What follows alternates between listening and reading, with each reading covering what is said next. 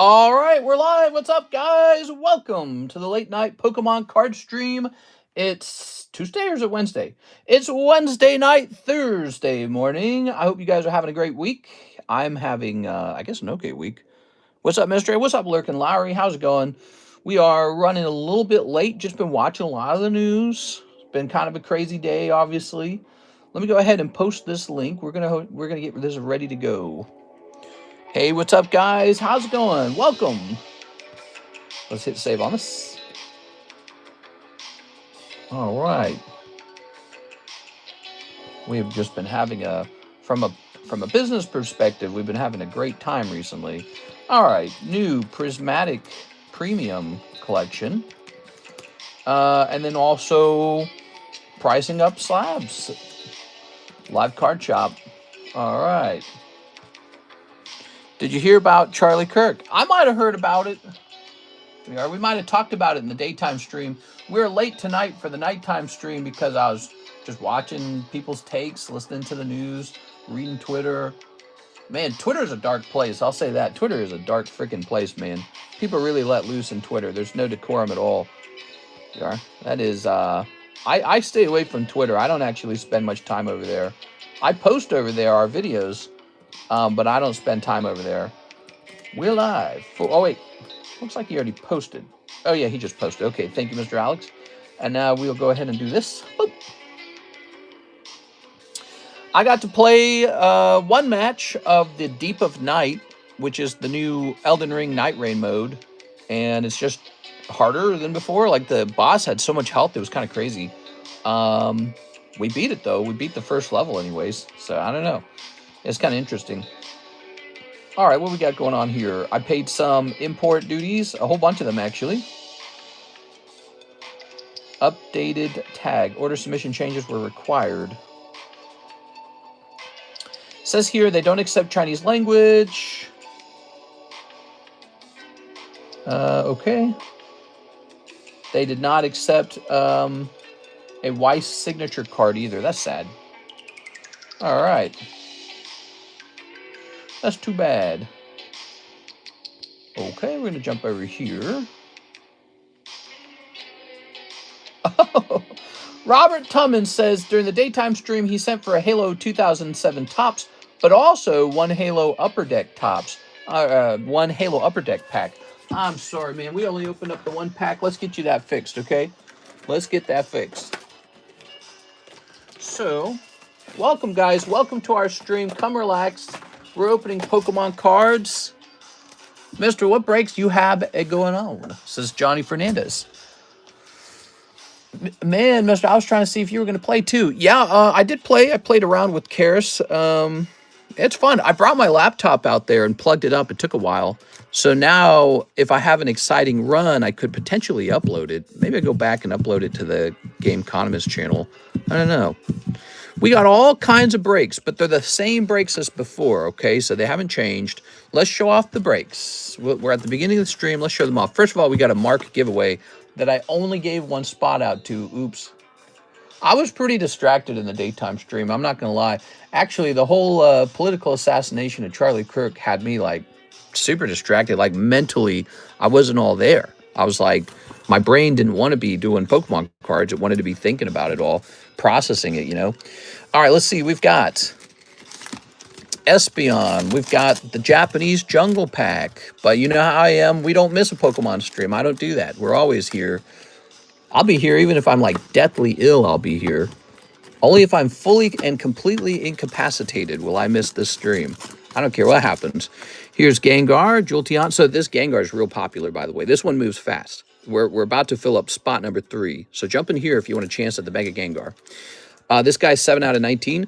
This is pretty close. There's only 6 spots left on Trafalgar Law Manga. And even if you don't collect one piece or you already have this guy, you might jump in just to have a shot at him. Because if you happen to pull him, you just pulled yourself a really valuable product, a really, you know, collectible. You can just sell it on eBay and get your cash out of it. So you'd go from 40 to, I don't know, a couple hundred maybe. Now, this is also half full. So this is popular right now, the Japanese Jungle Pack.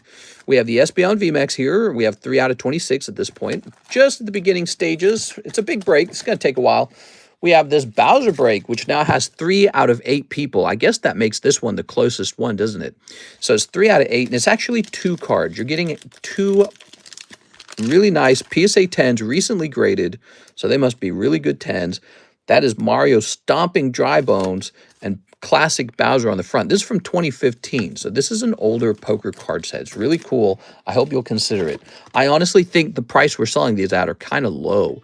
Then we have this Aerodactyl with 5 spots left too. So these two are really close, both 5 spots left. You have a pretty good shot at pulling this Aerodactyl. It's just 1 in 6. That's $240. That's his value. I thought this would be popular, but it's moving very slow. I mean, the poker card, which is not even a Pokemon card, this is moving faster. So is it that people are racist against PSA 9s? Is it because it's Aerodactyl? I don't know. But the Aerodactyl is very nicely priced. There's no premium on it. Here is also a gym break that has not gone off. 2 other gym breaks did go off, so we got to set up some new gym breaks. Now, the giveaway tonight shall be this Mark card, M-A-R-K, capital M. I'm broke right now, mister. I'm sorry, man. Otherwise, I would jump in a couple. I hear you, man. Well, you know, take your time. It's not a rush because there's always new breaks and there's always another day. I'm going to do Slab away on Shining Raichu, but I want a price check first. Shining Raichu, he's not for sale, right? I don't have a Shining Raichu in the channel, do I? Give me a second. Slab away. I don't think Shining Raichu's for sale. Scrolling back up to the top. Shining Celebi was for sale. It's sold outright. Oh, Shining Raichu is even more expensive. Yeah, I'll take a look. So I'm guessing somebody posted it at a cheaper price. Let me see. And now you want it at that price. I might not offer it. I might just take it back. It is? All right. Shining Raichu. Well, no, it looks like the cheapest. Oh, there's an unlimited one for $4,000. Wall Street Journal just came out with an article today talking about how Pokemon has been the best return of any asset class. Any asset class. It beats everything. Beats the S&P 500 handily. Last sold for $6,000 on September 1st, and mine was for sale for $8,000, which is the price of the cheapest buy it now.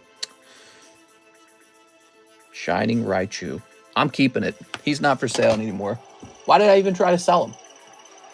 All right, he's getting removed from the list. He's cool, man. I did sell the Shining Celebi, the Shining Celery. I really am not a fan of Shining Celery. That's what's going on. Lots of people are. I mean, lots of people are fans of Celebi. I happen to not be a Celebi fan, and that's why you managed to sell one. That's why someone managed to get one from me. Back in the day, I bought that Celery to complete the Shining... here it is. To complete the Shining Destiny set, Neo Destiny set. That was the whole reason I bought that. I didn't have to complete the set. I just thought it would be cool to complete. But I hate some of the Shining Pokemon. Like, I'm just not a fan of that Celebi. And Raichu, I like him, but he's not my favorite. But I do like him, so it's a bit different. I'm going to pull that card back, though. Mr. The second prop scene auction I mentioned last time finished today. Phantom Forces, $13,000. Wow, that is nuts, man. That is nutso. I don't know what to think about that. These record prices are going to make people cling to their Pokemon cards harder than ever. So I don't know what happens now. Where is my Raichu? Where's my baby boy? Give him back. I want him back. Here he is. Raichu! Wow, that's a nice card. All right. But we do have some expensive cards for sale in that channel. Interesting ones like this Vulpix, although I might need to check the price on that one. It might have already changed. So we got these quest stickers are real interesting. They're more experimental. Here's a nice Spectra Squirtle. Here's a Wigglytuff from Crystal Guardian. Here's a Snorlax. All right. Not a lot of those WOTC Era cards for sale. It's not like I never did have them for sale. I did. They all sold out. I used to have WOTC Era cards for sale. They were all sold. And so for me to sell them again, I have to acquire more of them probably. However that works. I don't even know. How would you acquire one and be able to sell it profitably? It seems like it's a really tall order. Yeah, I'm just going to hold on to Mr. Shining Raichu here. He's nice. Raichu! All right, vertical and only 38 people. Well, we just started. We started just 10 minutes ago. Here it is. Smash that like button for me, 38 people. Show me some love. Here it is. Who wants to show me some love? Anyone want to show me some love? All right. So, back to Robert Tumman. Mr. Robert Tumman. He did not get his pack of Halo. I was giving him a chance to join there. I'm banking on people not finishing Sabaway so I can snatch their cards. That might happen. Robert Two-Man. You know, when October begins, I'm going to run another round of repos finally. So we haven't run repos for September. We're going to run them for, we are going to run them for October for sure. Okay. $13,000, huh? What's that times 6? I have a case of that. 13,000 times 6, $78,000. Wow. I paid $8,000 for that case. Now it's worth $78,000. Probably worth more than that because it's a sealed case. I waited on that and Mr. didn't let me have one. Yes, but if I see something, I'll ask about it. Justice for Deoxys. Here it is. Halo. All right, you ready? Ooh, look at this Halo pack. So Robert. See, Robert Tumman. Okay. Here's this. Here's this. Here's this. Discover Reach. Oh, what a lovely card. Oh my gosh, I love Koopa Road. That's such a cool song. Ooh. I'll pay mine off in October. We used to do Phantom box breaks. They would be super expensive now. Yeah, we would do Phantom box breaks where the packs were like 80 bucks, I think. 80? What does that come out to? Just 80. 80 times 36. That would come out to 2.8 thousand. 2.8. Now they're 13,000 a box. Wow. Should have gotten into them. There's probably loads of people who are like, I'm not getting into that. That's way overpriced. And I was like, you better get in here. You're going to miss out on it. I actually feel that way about the Ancient Origins box we got right now. We got Ancient Origins box break. That's our high-end break right now, if you didn't know that, guys. We're waiting for it to fill up. Here it is. So it is a premium. I know that. It's expensive at $350 a pack, but it's coming out of a sealed box, so you know exactly where the packs are coming from. You got a real shot at the top pull. The top pull is like a $7,000 Rayquaza.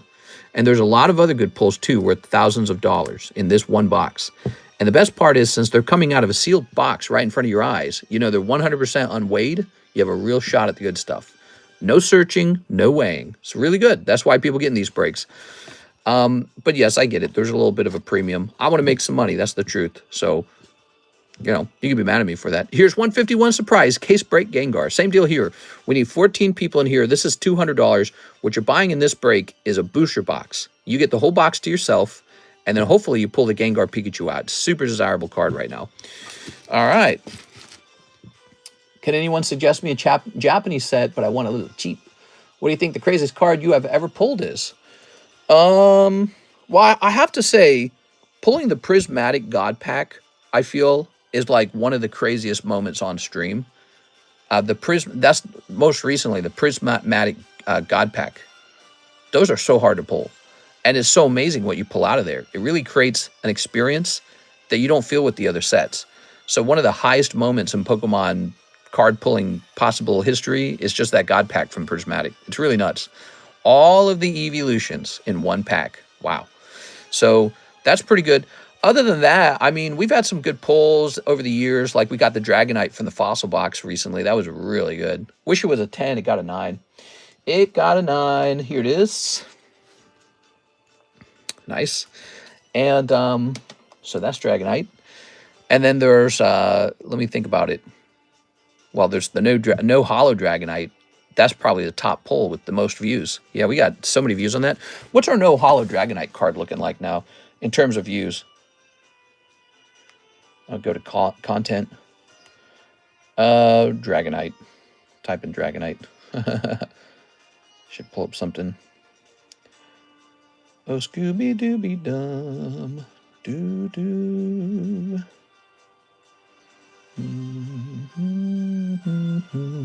Here it is. Posted 4 years ago. Right here. 560,000 views. That's a lot. That one's done well. How does that one do now? Is it still getting views? How's the data on this card? It still gets views. Wow.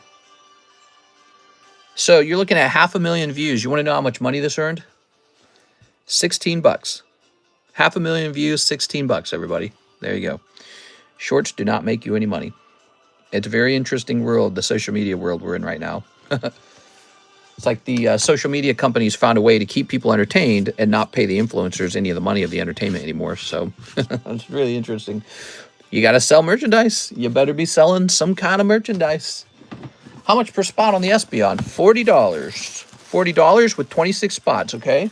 So you can decide if you like that risk, or if you think that risk is too high, you can try something else.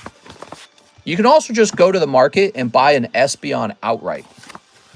And some people do that. They just go buy cards outright. Breaks are more like for the fun of it. Breaks are like if you want to take a $40 shot at something cool. That's what it's about. If you want to take a $40 shot and see if you get lucky this week. You know what I'm saying? All right. Very good. I think I might create a more advanced break in the future with hit cards inside of the break. So, we got Steven. He says, paying down Pelipper. How's your day been, Mr. Steven? Thank you for that payment. I really appreciate you, man. You're going to have a nice Pelipper in no time. I can feel it. $480 remains. Let's take down Robert Trumman's name. We have an order. CS Man, Prismatic, PC. Is this new? I haven't seen this in the menu. So, it is new. And the way I'm going to work with this product is each time I sell it, I'm going to replace it, which is going to be kind of annoying, but it's just going to be how it is. Okay, so bear with me, because now I need to get one.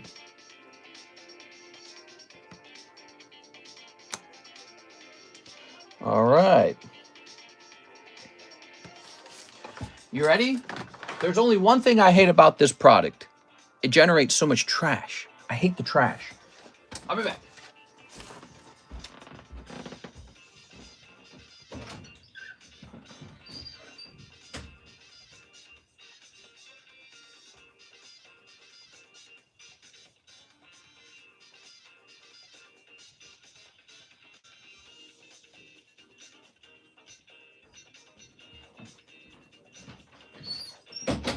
Okay. Whoa. Tripping on my own slabs.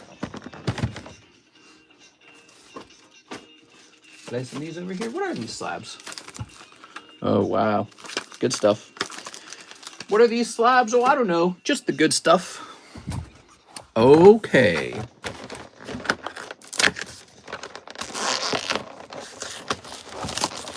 Charlie Kirk signed baseballs are up to 1.5 thousand on eBay. Wow. I didn't even think of that. I could do a Charlie Kirk break on something if you guys want. I don't think this particular audience would spend too much money on that. We're more into Pokemon. He's not really related to Pokemon. We are, but I bet everyone here has some thoughts and feelings about it. The whole thing that happened was pretty dark. We are. There we go. Very nice. Tossing that. Okay. Tossing this. All right. So I'm just getting your promos out.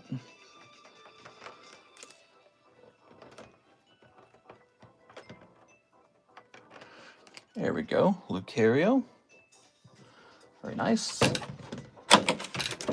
What's a Charlie Kirk break? Is that like drilling holes in packs?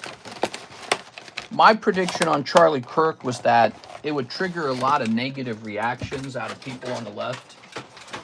And that what will happen is Republicans will record this. You know, it's the internet now, right? So Republicans will record this and turn this into compilations. And then for years to come, they're going to play those compilations. Look at that stamped Tyranitar. That's cool, man. Look at that. Ooh, that's a nice looking card. Let's see how he looks on the back. Little white dot this time, okay? Little white dot on this one. Maybe the next one's good. But how about this guy? Ooh, so shiny it blinds me. Okay. Little white dot in the bottom left-hand corner. All right, so those are the promos. Definitely not an automatic 10 on those promos when you open this. Ready? Charlie definitely became a martyr today. Yeah, I have to agree with that. I think the problem with shooting someone like Charlie Kirk is that he was so religious. He was very, very, very religious. And so it's not like shooting somebody like Nick Fuentes or something like that, you know what I mean? It's or some kind of more radical guy. We are. All right. And he took himself out in public, allowed anyone to approach, allowed anyone to talk or argue or say whatever they want to say. He was active. He was very active in open dialogue. So, you know, I was kind of processing all that today. I was thinking about, that's what really stuck with me, was that this was a guy who I love watching debates, by the way. He's a guy who loves to go to debates and argue and really argue ideas and say, go ahead, challenge me, disagree with me, tell me what you think, share your ideas, and I'll share my ideas. And I have a lot of respect for that. It's a lot different from, you know, it's a lot different from maybe curated content, edited clips, and all this other stuff. And so being out there in the public, talking people face to face, you know, I feel like that's actually a nice thing to have in society, the ability to do that. We are. And no one's going to want to do it now, obviously. We are. All right, here's Pupitar. Yeah, I can see the free speech part. I feel like that's very important for a country to get along with itself, to be able to sit down and have discourse, you know, like you have an idea, I have an idea. Let's talk about it. Let's try to convince each other. Let's share our strongest feelings about it. That's not a bad thing. That's actually a really good thing. We are. That's what like keeps people together, keeps friends together. The ability to disagree on something, but just talk about it openly. And that's a, you know, you've got a point of view, I got a point of view. Maybe I'm an idiot. Maybe my point of view is really stupid. And everyone can watch and come to their own conclusion. But, you know, the moment you mix violence into that is sort of like you've lost. It's like you're saying, my ideas aren't good enough to argue with your ideas. So my best move now is to kill you. And I feel like that's how this whole situation is going to be seen. But it's a really, you know, that's what really stuck to me. It's just the fact that he would go out there and just openly argue with people. And I don't view, even if he was like Democrat, or even if he had ideas that I don't like, or maybe he is just this ugly person, I don't know. It's just the idea behind that's not a bad idea. It's almost like a very American idea. Here's Festival Grounds and Larry's skill. God bless Charlie Kirk's wife and children. Hey, thanks for the tip, man. Yeah, yeah, people have pointed that out as well. It's a pretty sad day for them. Here's Espion. I can see the free speech part. No longer getting his content is sad. Good evening, mistress, says Jay Oliver. Here's Aromatisse. Yeah, he would like pop up in my feed from time to time. Him, Ben Shapiro might pop up. But I get everybody because I love politics. I love watching the news.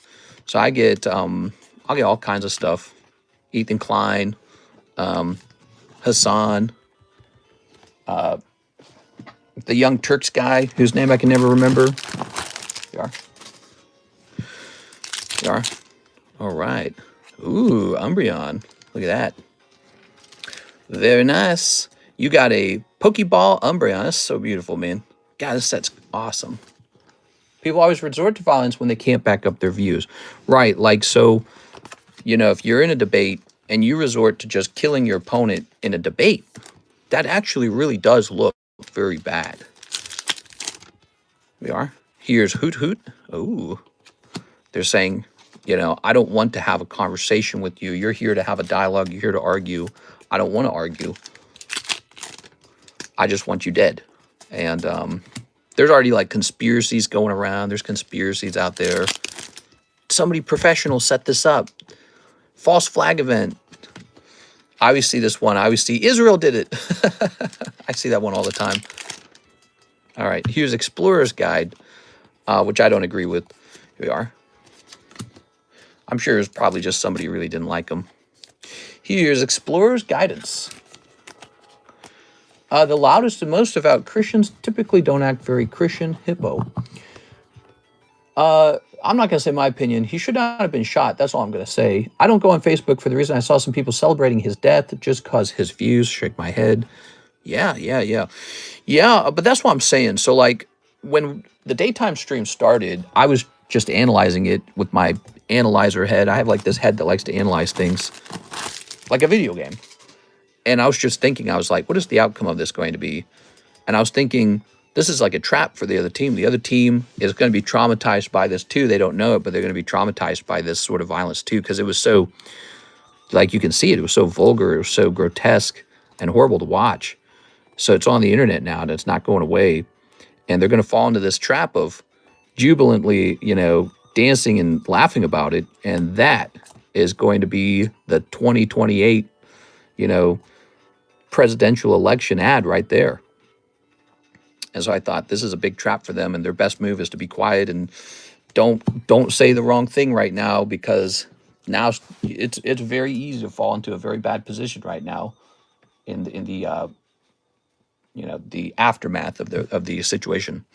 Here's CS Man. All right, CS Man, let's see what you got.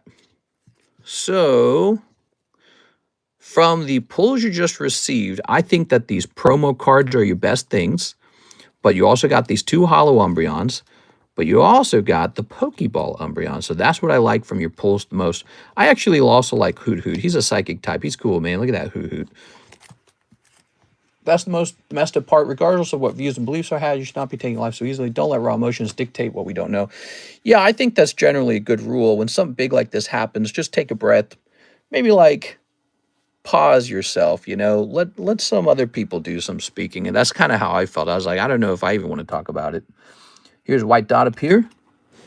Let me show you cards. I know you like to have your cards pre-graded, Mr. CS Man. Here's a white dot. You buy a lot of cards recently. Ooh, this is looking clean. This is looking real clean. I like this. So your Pokeball Umbreon's looking real clean. All right. Now, here are my thoughts on grading cards like that, though. Because of this new print wave of Prismatic, there's going to be even more of these printed. So the population is going to rise on this Umbreon. Might not be very profitable to grade yet, but don't lose that card. If it can grade 10, you can grade it 10 years from now, too. So look at this. Beautiful cards, but I believe we checked these 2 and they miss. All right, now how are we looking on this? This is off center. You can see right here and right here. Centering problem. Now, but wait a second. What about this? This is quite clean. Oh, that's clean. Okay, how about the front? Top bottom fails on the front. Isn't that sucky?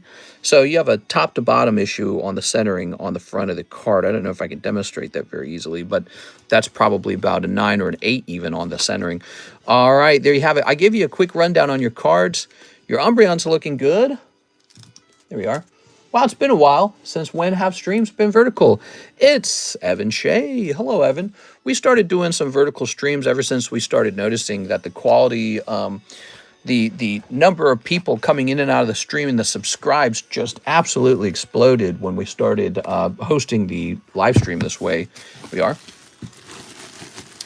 Half-mast should only be done for those who have served. He was a citizen like everyone else. I'm pretty sure he said a few people had to drop to protect the Second Amendment, so he, like, kind of ate his words today. Here we are. All right, very nice. I don't think he was advocating for political assassinations. I've seen a few people say this, that he said a few people are going to die in the event of having the Second Amendment. And I think what he was saying is there's bad people out there, and they're going to eventually get a hold of guns too, and as a result of there being bad people, someone's going to die. You could live in a kind of government that takes your stuff away as a result of that. So like knives, for example, you could take all the knives away from everybody. Cars, for example, cars are used in terrorist killings. You could take all the cars away from everybody. He wasn't saying, well, because I said this, what I'm advocating for is political assassinations. I think it's a very weak talking point to argue that, you know, there's some sort of advocacy for violence against politicians, because he believes statistically there would be some deaths as a result of guns being part of, you know, Americans' right to bear arms or whatever. I think it's kind of embarrassing the suspect isn't caught. I don't know if I'd call it embarrassing. I think probably what that means is he was hidden and he had a getaway path, and he just bopped out of there as fast as he could. Kind of makes sense. He was an assassin. All right, so we got Packology going into the Mark giveaway. Ooh. Hey, mister, what's your most expensive card? My most expensive card? I don't know. I think it's the Dragonite. Packology. All right. That's only one shot. That's pro. Are you selling any of those Fusion Strike Espeons? These? Yes, right here in a break. No other way, though. 200-yard shot is almost impossible for most. What do you think needs to be done over Charlie Kirk? Needs to be done. Well, I know how a lot of people probably feel. There's people who are big supporters of him, big supporters of the Republican Party, and they're probably thinking in their mind, all right, start the war. I'm ready. You know, whoa, Grant sent a huge order. Slab away and shipping. So there's some people probably feeling pretty crazy tonight. I don't believe in any of that. I think all you have to do is remember what happened and document it, and the rest will play out on its own. Here's Grant. I don't think we need a civil war. I don't think we need revenge killings. Some people will want like a revenge killing. That's not the point, you know. That's not winning. Winning isn't turning into an animal. Ooh, the Rocket Sneasel. Nice, dude. Did this go up, by the way? I wonder if it went up already. I think, you know, you just document it, show people the truth of what happened, and that will have a pretty powerful impact all by itself, to be honest. All right. It's like the equivalent of if, I said this in the Discord server, I said this is like the equivalent of if AOC, young AOC, successful Democrat politician, she started hosting open air debates, and then she's there with a nice big crowd that she drew. She says, anyone can challenge my ideas. Come forward, we'll have a debate. And then while she's in the middle of a debate, some guy blows her neck open with a big gun from far away, right? It's the equivalent of that on live television with recordings. So it would be, you know, it's the equivalent of something like that happening. It's a pretty bad situation, I feel. Here's Grant J. Kwan. Slab away's done. And he wants it shipped. Hell yeah, dude. Okay. Probably somebody from another country. I suppose that's possible. I bet it's not. I bet it's just some guy who's been following Kirk for a long time and doesn't like him because he's maybe the most influential Republican was Charlie Kirk. I say was because he's passed away now. All right. He's probably number one. So Rocket Return Sneasel is done. Thank you, Grant. Appreciate it, man. Okay. Oh, what the hell? Do we have two tabs open? Let's close this. We're going to open up stamps. I pulled the restaurant BWR. There's no whitening on it, but the back centering is a little off. You think it still has a chance at a 10? A small chance. Real small. Let's see. Nothing needs to be done. Stay calm, people. Sorry, but I believe an eye for an eye, says it them. Yeah, I mean, I don't think that makes... an eye for an eye would mean that you catch the guy who shot him and put him to death. That would be eye for an eye in this scenario. All right. I mean, if the guy who killed him got the death penalty, that wouldn't really surprise me, would it? We are. So, Grant. Mr. Grant. There we go. And let's go looking for your bag. Well, I appreciate it, Mr. Grant. What a nice night. What a nice Pokemon night. Here's Graham, Grady. Let's see. It's a pretty feel-bad day.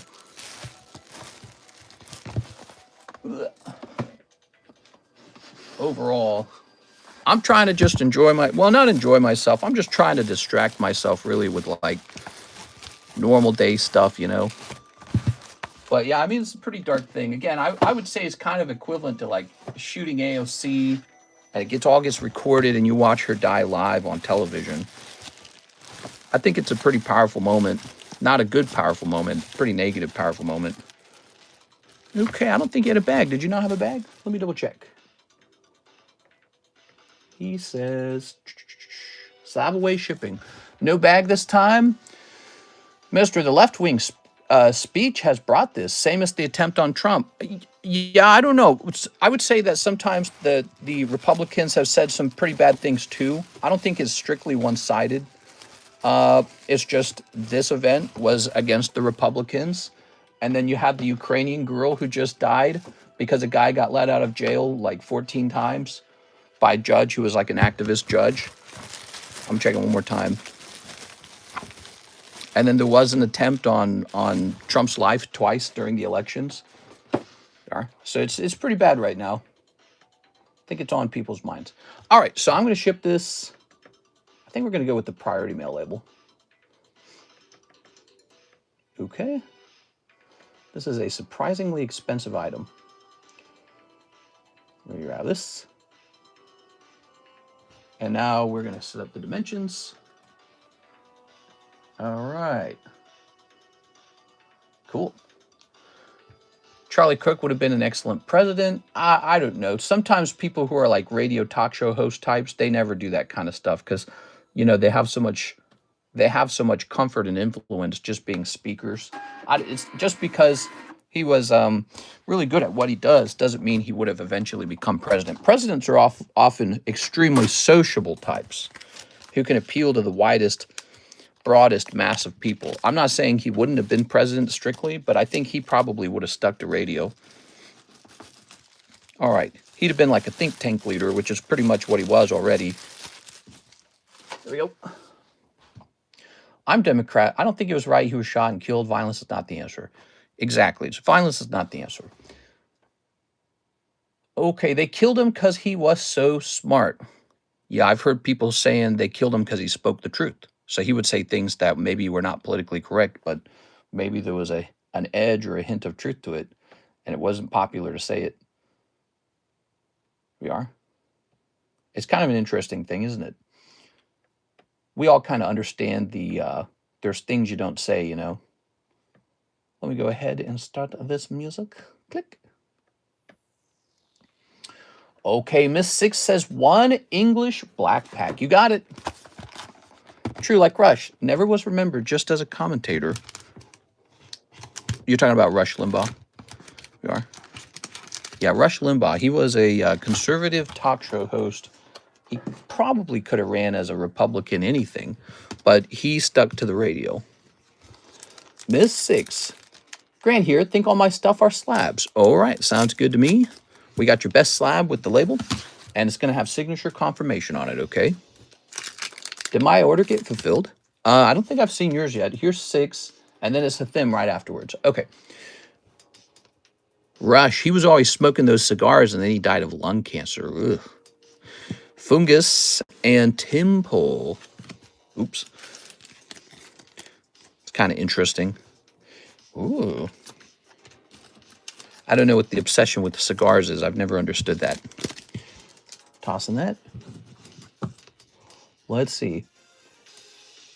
It's interesting he does it for Charlie Kirk and not a past president. That's all I'm saying. The girl on the train now. Charlie stuff's crazy. Irony never lost on the Republican Party. Here we go. Let's pass this over here. Very nice. Okay. Yeah, Rush Limbaugh, he was an interesting guy. He was an interesting guy. The political rhetoric in the country has become such an advanced thing over the years, you know. Miss Six. Ooh.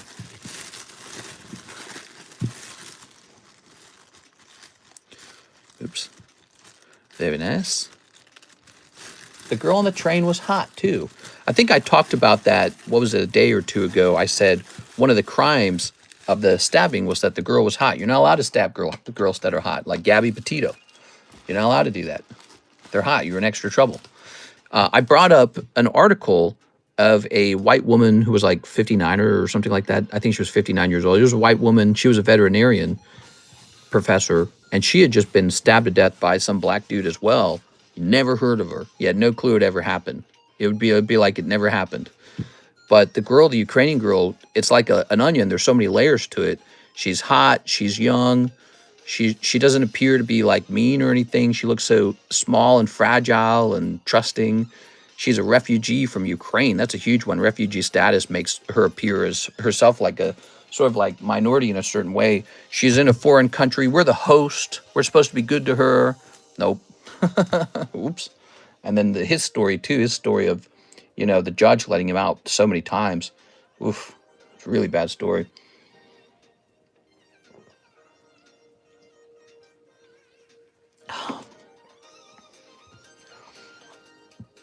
TCC said, if you're going to stab someone, make sure they're not hot. If you stab someone who's attractive looking, you get in more trouble.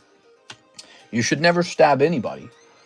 But you're going to get in more trouble if you stab somebody beautiful. That is the rules of the world. Here's a them 3 Hollow Live Curious. I don't write the rules. I'm just teaching them to you. I'm just reporting on them. Those are the rules of the world. Ta-da! All right. 3 Hollow Live Curious. I'm just reporting the truth to you. All right. It's unfortunate, but true. Did you go something different with the links in the description? So with vertical, you have to like highlight the link and then it'll give you an option to open them. So try like highlighting them as if you're trying to copy and paste. What's up, Mr. Askew? How's it going, man? Nice to see you. Mister, should I scoop a 9.5 blue label metal Zard for $1,200, then pay the fee and make it a 10 to resell? You could. That's a gamble. It's got to resell. So it's actually got to sell after you're done doing that. Okay, Mr. Thin, we're opening Curious Universe right now, guys. All right. Okay. Here's this girl here. Do you still have a normal stream? Like a horizontal stream? We could have streamed in horizontal again. The last horizontal stream we did was, I think, just like a day ago or so, and it got almost no views compared to vertical. And then people in the horizontal stream asked me to make it vertical. They actually said, "Hey, why don't you just go ahead and make it vertical then?" We are. There's a confirmed sale at 1,600 the past 30 days. Who? Oh, you're talking about for the Charizard. I see what you're saying. Yeah, I mean, you can take that. You can take that risk if you'd like. Maybe it would turn into a profitable thing for you. Then you go down the Pokemon reseller dark route. I'm a Pokemon card shop. So Hathim, what did we do with you last? Did we ship you out? We shipped you out, didn't we? What did we do with you last, Mr. Hathim? You in the H box. You're gonna be in the H box. Let's see. Yeah. Not too bad. Home for the week. On my wife's ovulation week. Oh, no. You're too crazy, man. All right. Not in here. Let's try in here. Not in here. I think we're making you a new bag. Is that right? You're shipping, mister. New bag. New bag time. Feels like you always have a bag, so I get confused. I go, doesn't this guy always have a bag? What are your thoughts on the shooting, mister? Super tragic, super dark. Makes me sad. I think it was a bad thing. I was talking again, I said, what really stuck with me as the hours of the day went by, as I was sort of reflecting on how he sort of represented this ability to go out and have an open dialogue with people, whether you agree with them or don't, whether you have really big differences or not. You should be able to go out there and talk with people, and there's a debate that occurs. And that's what makes, I think, you know, the West and democracy a very special thing. Instead of like a totalitarian sort of society where you say, you must believe this, or I'm a dictatorship, I'll shut you up, I'll use violence on you. Instead of that, we have discourse, we have conversation, we have debate, and then we influence each other, and whoever wins the debate wins an election. And so I think that that's a really powerful thing. It's like an enlightenment almost of the West, and he represented that, and I think it's a very bad thing that he got shot. Okay, let's see. A better move would have been to defeat him in debate or start your own thing where you go from campus to campus and you spread your own ideas. You know, copy him, but come up with your own disagreement, you know? Okay, so Mr. Athim says, give me some more of those Hollow Lives. Okay, we got this one, and now we need a new box. Cuba had a nationwide blackout. Ugh. I just hope they catch the guy who did it. Yeah. There were 2 shootings today. Yeah, there was a school shooting, if you guys didn't hear about that. All right, let me go ahead. Let's see. Let me go ahead and get the Curious Universe. It's going to be very hard to talk about gun control, I feel, in the light of this.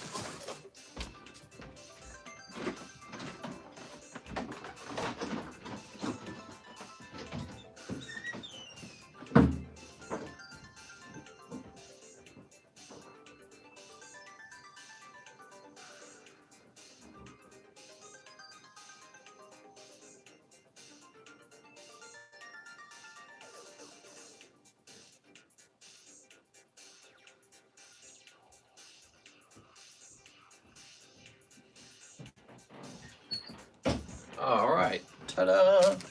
Ooh. Very nice. Look at that. Oh.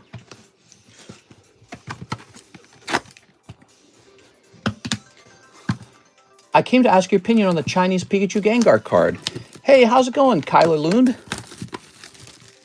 Ooh, the Pikachu card, huh? It's really expensive. My biggest concern would be that they just reprint it over and over. Other than that, I'm not sure. Here we are. Doesn't your lower back get sore walking around with that hog? Yeah, it's a curse. Go. You can multi-stream in vertical and horizontal. Could I? There we go. Maybe I'll look into that. All right. He had 100 billion gain due to Oracle stock. Oh yeah, I heard about that. Larry Ellison, now the wealthiest man in the world. Step aside, Elon. Ooh, very nice. Elon could have maintained his status as the wealthiest guy in the world, but then he got super involved in politics. Oops. Okay, here's the pink-haired girl. All right, Larry Ellison. He owns Lake Tahoe properties. He bought Lake Tahoe lake houses on the water. Really expensive. Makes me sad and jealous. I want one. Time for some Helldivers. If I'm on after you're done streaming, hit me up for some Night Rain. I might be able to do that. My wife might be sleeping on the couch, though, and I would not be able to be loud in that event. So, yeah, she's super sad over the whole thing. She's real shook up by it. So, Mr. Thim. All right, she feels really cynical. I feel sort of unsurprised, I guess. I'm sad, but I'm unsurprised. Okay, here's Miss 6-2, Curious Universe. Oh no! Hathim, here comes the snipe. Let's see. It's a difference of about 8 billion between them. They're pretty close to each other then, huh? That's pretty cool. Here we are. Who's going to be the first trillionaire? That's my question. You know we're going to see that in our lifetime, right? I mean, it doesn't take that much to double your money. So if these guys are skirting on like 300 billion or whatever the amount is, some ridiculous amount, and obviously a lot of that is just their stock value. It's not cash, which I don't think people always understand what that means. That's just their stock value, which means if you were to sell all of that stock, the value of the stock goes down as it's being sold off, and then they really don't have as much as it appears. So they're only wealthy as long as their company is a desirable company. That's it. There we go. And I don't think it's that easy for them to sell out of their positions either. They have to disclose that, and people freak out and say, "Oh my gosh, Larry Ellison's selling all of his Oracle stock. What's he know that I don't know?" There. All right. 6 just made the list. No! No fair. She gets 2 of the bridal sets. They have to sell it to get that wealth. Correct, yeah. And as you sell a stock, what you're doing is you're adding to the supply and decreasing the demand. So actually the stock valuation goes down. But, you know, the real problem is when you signal to people that you're liquidating, you're cashing out, they get very scared and they say, well, I want to sell out of mine too. And all of a sudden, their stock valuation will go down. So it's like a theory that they have that much money. In theory, they have $300 billion. It could be closer to like 200 billion in reality. Ooh, look at that. You can borrow against your asset without having to sell your asset. True, but now you're paying interest on that. And the interest could be pretty cool. Like it could be a nice 5%. I don't know. Billionaires are probably very capable of paying off that loan no matter what. So they probably get favorable terms. But remember, the banks don't just get money out of nowhere. So the bank's not going to loan the billionaire money way below market. Why would they do that when they can just loan it out at market to other people? So the billionaires will have to lose money to borrow money. So again, that also paints a picture where they have less than the full amount that's stated. But they do that. They don't sell their stocks. They borrow against their stocks because they're scared to pay the capital gains tax, which is much higher than the interest rate. So imagine you pay 5% interest on your loan versus having to pay like a 15% capital gains tax or whatever it is these days. I don't know what it is. All right. Lots of video game streamers stream in vertical and horizontal. Best of both worlds. I like the sound of that. I wonder, though, if that would be really difficult to work out in practice, because I think I would have to memorize the boundaries of the vertical lines. There we are. But I think I've seen something like that. I think I've seen a video game being shown on like TikTok, and it's a vertical stream, obviously, but it appears that he's in horizontal because you can't see the whole screen. Here we are. Ooh. What do you think of New Mexico offering free childcare to all now? Not a surprise. Every country is grappling with the reality that, if you take mom and you make her work a full-time career, it's pretty hard for her to be a mother.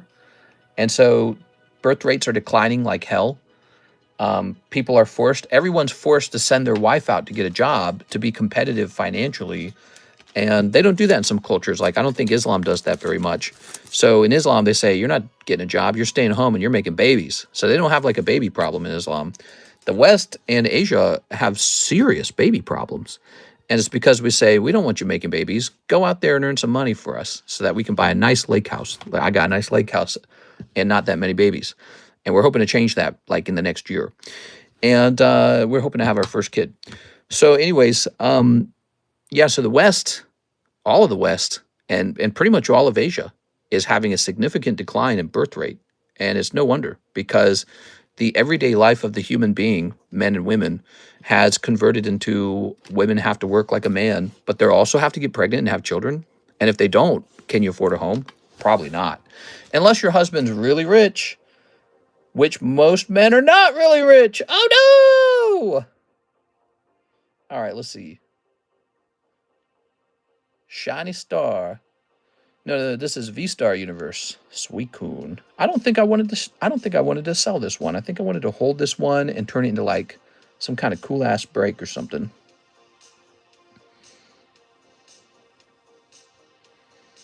Let's see. Yeah. I like this card. That's an interesting take, TCC. I never thought you would decide that. Korea's declining birth rate is because it's too expensive to have a baby. Yeah, so it's the cost of life is very high, and what you essentially have to do is both the man and the woman in a relationship have to have a job. Now they're both very tired, and you have to outsource the child care to some third party. That third party is basically your wife. Your wife. You have to hire a cook, you have to hire a maid, you have to hire a nanny. That's your wife.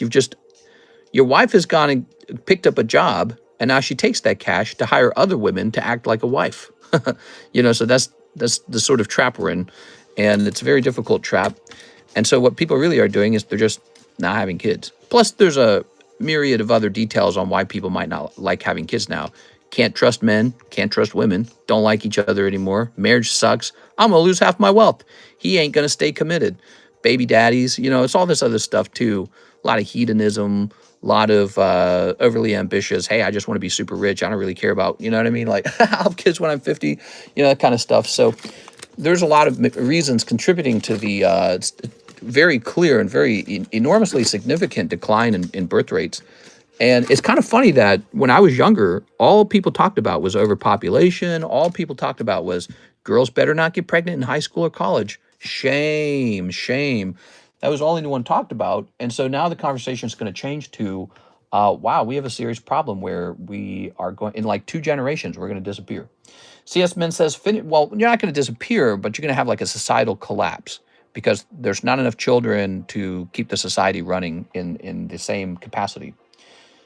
Okay, CS Men says, finish the Jungle Pack off. Can we please get an English vintage one this time? I am open-minded to that. Let's do that.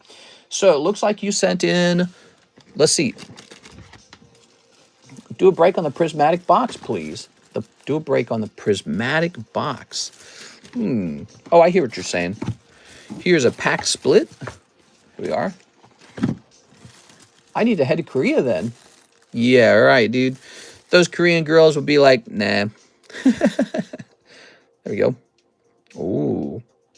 They might have sex with you, but babies, that's a big commitment, you know? That's what I'm saying. You really got to have faith that this guy's going to take care of you and be a good man to you. And girls don't have that anymore. They don't believe that anymore. Okay, so 5 spots, huh? Have you seen the video of the guy who graded 189 PSA 9s and 81 of them came back PSA 10? Yeah, pretty cool. I've heard about that. 1, 2, 3, 4, 5. There we are. It's harder to have children these days than it was in the past. A lot of people think it's strictly down to wealth. But I always say this, that doesn't really explain why the poorest countries just have tons of babies. They do. They just have tons of babies. It's not really necessarily the money itself. It's our expectations are very strict. Okay, you know, I'm not even going to write your name down. We know that the blank cards are yours, Mr. CS Man. We are? All right. Okay, you got fake Pokemon. No! 1, 2, 3, 4, 5, 6, 7, 8, 9, 10. There we go. Set that over there. All right. That guy's definitely a fake account. So, the Jungle Pack begins. Good luck, everybody. I think there would be more babies if you could raise a baby on a single income. You could buy a decent house for an affordable price. Doesn't have to be huge. I know that when Karis and I got our own house for the first time, our interest in children shot up. Before that point, no way. We didn't want kids at all. Not until we had a house. Then once you have enough money for a house, you go, maybe it's time to think about kids. Are you ready? Because you want to put something in the house. There we go. So, you know, cost is a big part of it. All right. But yeah, raising a child on one income would really do wonders. But I think also there has to be this examination of like the point of life, you know. I think that that's something that we're doing right now is we're talking about what do we really want out of life? Do I just want to have a career and then die? Do I just want to have a dog and the dog dies 14 years later and then I'm an old person and then I die alone? You know, what do I really want? And so millennials will probably be the first group to discover the dissatisfaction in life that pets and objects can't replace real family, you know. Humans, we're social animals. We can't escape it. It's in our DNA. It's inescapable. So we will be like the canary in the coal mine, and we'll probably be shouting to Gen Z at some point, and don't make our mistake, have a kid. You know what I mean? You are.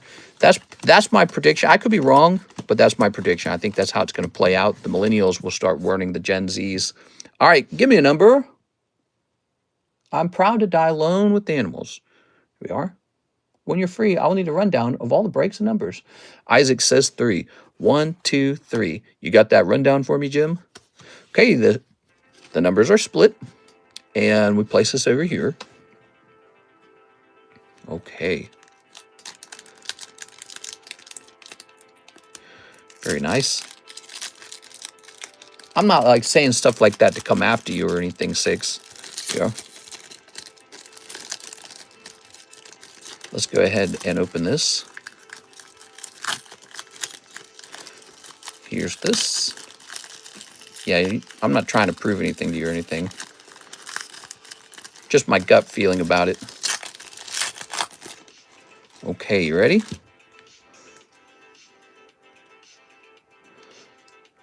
Okay, we're going to go ahead and sleeve this one. This is the one. Ha-ha.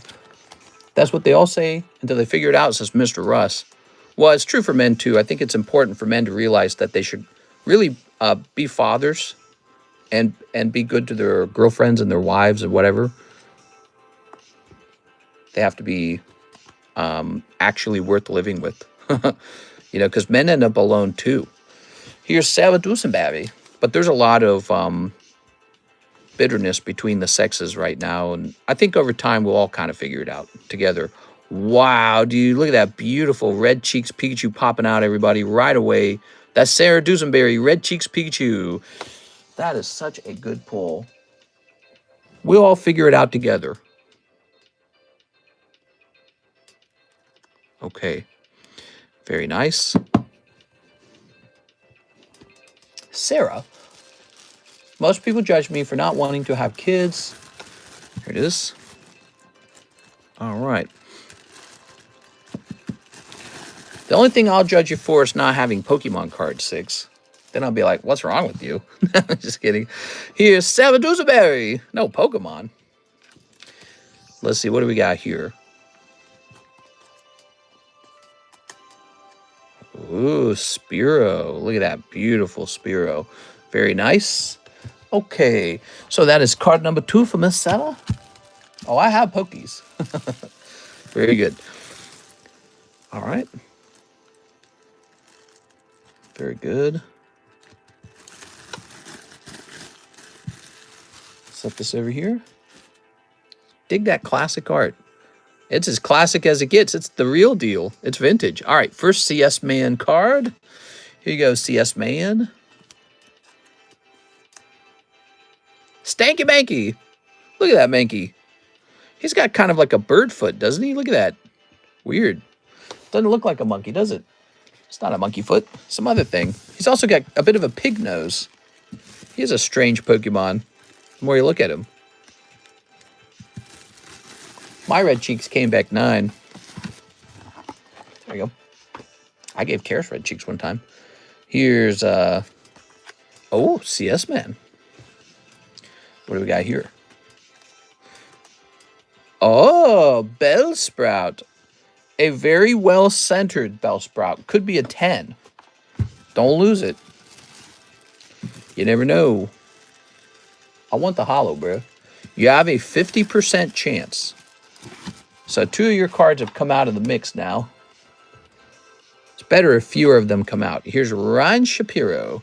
Thank you, Ryan, for jumping into this break. If you're watching this on the replay, I don't know if he's here. Oh, he's right here. Oh, Paris. But look, really well-centered Paris. Silver lining. She gave you red cheeks. No! Ha, she wishes. Here's Ryan Shapiro. Sorry, but I'm the daddy. All right. Tossing this over here. And, bloop. Oh, CS Man. Let's see, what do we got? Oddish. 420, blaze it. Okay. You only need 1 card to pull a holo. Let's see. It's 9/11, mister. Any deals going on tonight? It is 9/11. Wow. I didn't even think about that. The Charlie Kirk assassination occurred on 9/10. I didn't even put that together in my head. Wow, man. No, I did not have any specific deals for 9/11. I was not thinking about putting a deal together for 9/11. I don't think we've ever done that. We don't treat it like like 4th of July sales or something like that. Actually, I don't think we really do any special sales for any holiday. That's not true. We do some special things on Pokemon Day, which is a true holiday on this channel. Nathan Gordon, Dodrio. Very nice, Mr. Nathan. Okay. Nathan Gordon's over here, right? Yes. Had to have been Israel. It was Hamas. The assassination was crazy. Did you already speak on it? Yeah, we talked on it like multiple times. We talked about it in the daytime stream. We talked about it once or twice here. You know, it's a pretty bad thing. It's really sad when you just kind of dwell on it. It's kind of a sad thing. It is. Like, it won't just make you think of it from a political perspective. You'll think of it even just from the perspective of, like, it's sad anyone would die to gun violence. Here it is. Primate. Oh, no. You got the Primate, bro. All right. Still a shot. You still got a shot for the holo. It was definitely Israel. You're talking about the Charlie Kirk assassination. I keep hearing people say that. Man. All right. Or are you talking about 9/11? Ryan Shapiro. I think you got it. I think you got it, CS man. Ryan Shapiro pulls the second to last card, and that is Parasect. Oh, yeah. Bring on the Parasect. Talking about 9/11. Here it is. All right. Very nice. Oh, Taha, says Piasu.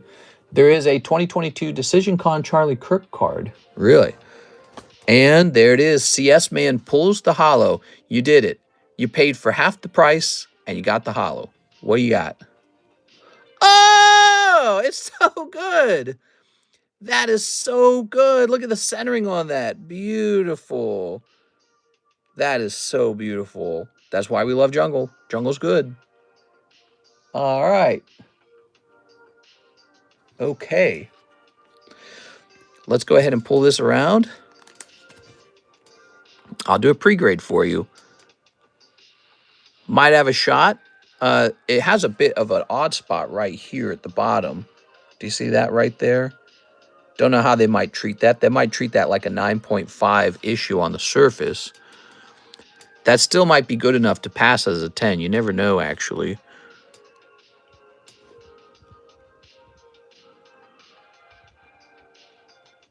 Well, am I seeing that right? You know, I'm going to say this is pretty borderline. If we zoom into the hollow portion, it's pretty clean, but that to me looks like a hairline scratch right there. Do you see it right there? It's pretty small. They might ignore that. I've seen grading companies ignore that. I definitely think you should take a shot on this one. I mean, I'd take a shot on it even if it was a 9, to be honest, because these cards are so nice. PSA 4. I see it. Could you try to clean it? Nah, I ain't touching it. No way, dude. I would just make it worse. Here it is. Besides, I don't think grading companies accept it when you mess around with them. I think that's an issue. There it goes. All right. It might still grade 10, even with a tiny hairline and just some kind of blurb right there. I don't know how to describe whatever that was. Might still have a shot at a 10, okay? So just because of those two things, don't give up on that. That's an awesome pull, man. And you got lucky when you pulled it. How cool is that? Okay. We'll get a clip from Mr. Mike's side for that one. We're going to go to... Where are we going to go? We're going to go over to... Best clips? No, stream clips. Jungle Pack opened. Vaporeon. Oops, Vaporeon. Maybe I should say when we opened it. Around the 68-minute mark. All right.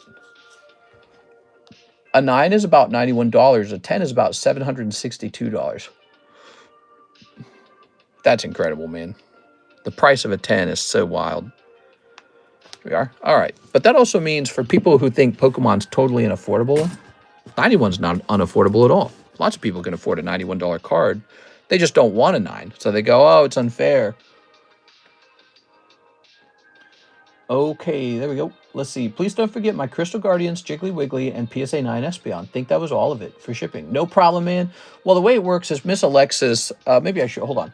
I'll respond to him in Discord.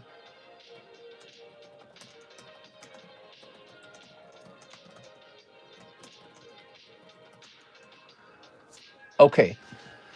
3 dots in the top corner. That's right. That's how you participate, guys. Press those 3 dots in the top corner of the screen. It will open up the menu for you, and you will want to be able to send a payment on PayPal or Cash App or Zelle. That's how it's working. AGS will automatically detect those flaws using advanced AI. Oh, thanks, AGS. Let me go ahead and grab another booster pack. Let's see. What's the booster pack going to be? What's it going to be?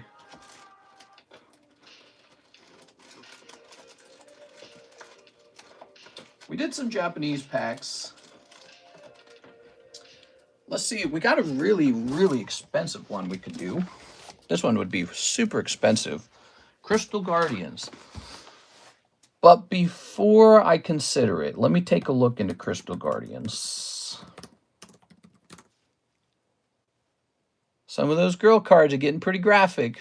Oh, yeah. Konnichiwa. Oni-sama. Oh, no, we can't do these. These are too expensive now. Wow, man. Unbelievable how expensive these are. No, these reverse hollows. People figure them out. I feel like I contributed to that. I feel like I helped people figure these out. So these are just going to go into storage for many years, probably. How about this? That's a fossil pack. Fossil's cool. Here's a base set Ruby Sapphire. That's cool. I'm looking okay.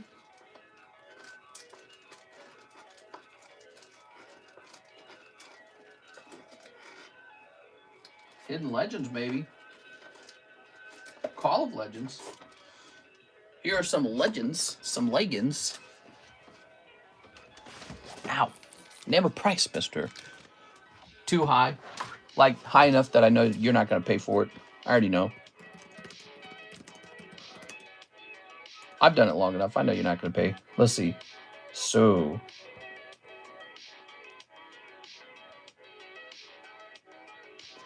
I got a Crystal Guardian Stamped Charmander from you a lifetime ago. Nice, dude. I bet that's made you big bucks, hasn't it? It's gone way up. Gone way up, hasn't it?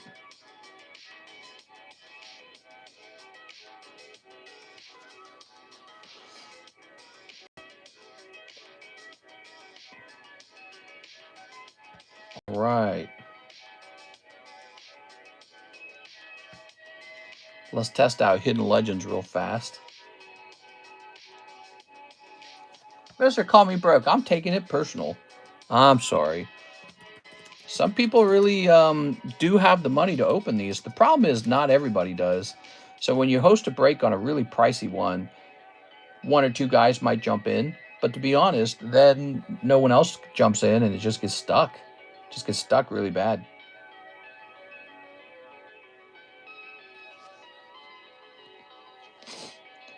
All right.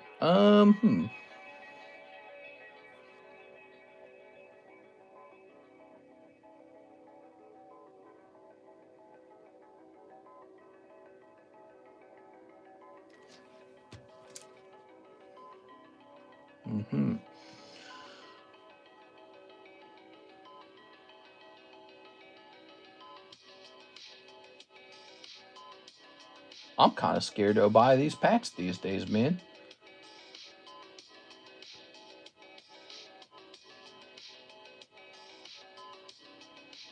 Man, pretty sure this is a fake pack right here. Yeah, I'm kind of scared to open these. We're gonna do Call of Legends, I've decided. Call of Legends it is. Call of Legends. Okay. Or maybe not. I don't know. I feel like you guys aren't gonna pay for this. I feel like you'll be stuck. I don't know, dude. I'm sad I sold my retro pack. I'm surprised the 10 Snorlax hasn't sold. Oh, he's lovely, isn't he? He'll sell one day.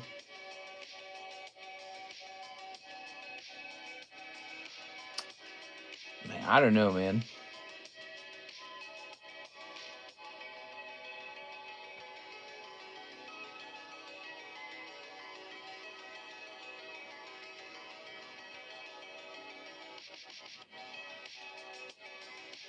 Trying to make a decision here. All right. It'll be Call of Legends, and it's $72 per spot. There you have it. Call of Legends. We'll see. It might be stuck forever. Who knows? And that's literally double this. Okay.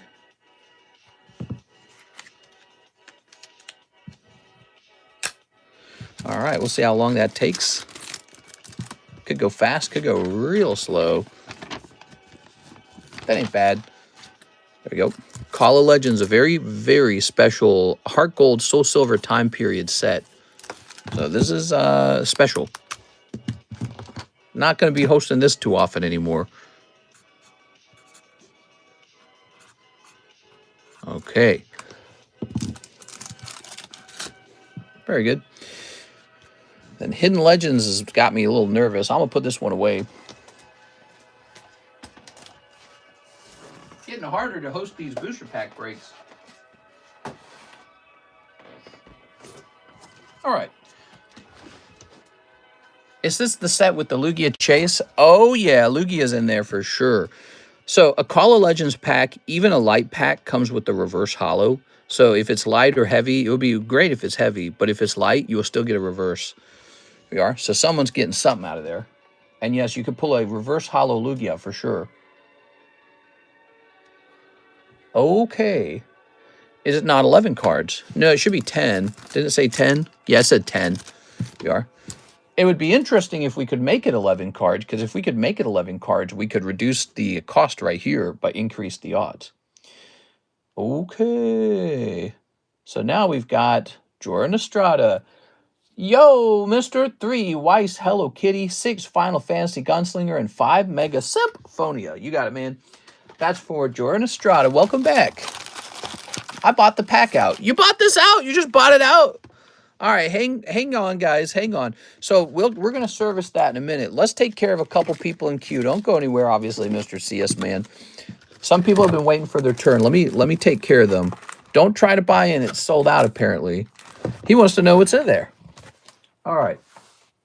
Very cool, man. You're probably going to get a clip or something. Especially if something hot comes out. That's some clip farming right there. Okay, you ready? So we got 5. 1, 2, 3, 4, 5, 6. Oh, perfect. We had exactly the right amount. I also sent the Vaporeon to PSA. Perfect. Good move. So we're going to say P for PSA. Okay. I'll set this over here. Ta-da. And let me close these windows. Close, close, close. Where'd my music go? Where's my music at?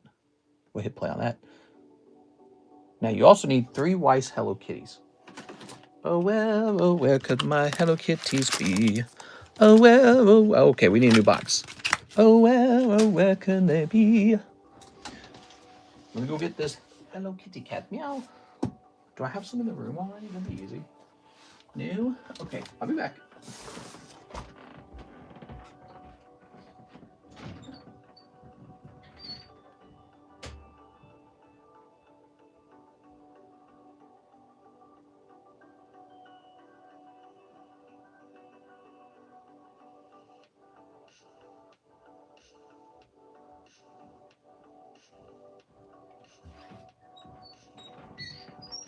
All right, so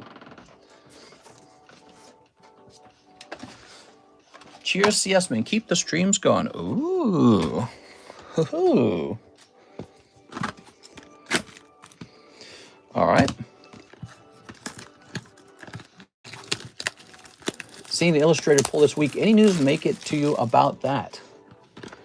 The Illustrator pull. Repacked slab deal. What? That sounds like an advertisement. Hey, we put an Illustrator in our repacks. You know what I'm saying? There we go. So this is for our friend, Mr. Jordan. I did overpay, but I don't trust eBay when it comes to pack. Tell you the truth, neither do I. It's scary, man. It is. All right. Okay. And there we go. Very nice. Oops. Is it the new 2025 illustration Pikachu LMAO? Hello Kitty cards are cool. I like them. I hope they make more of them.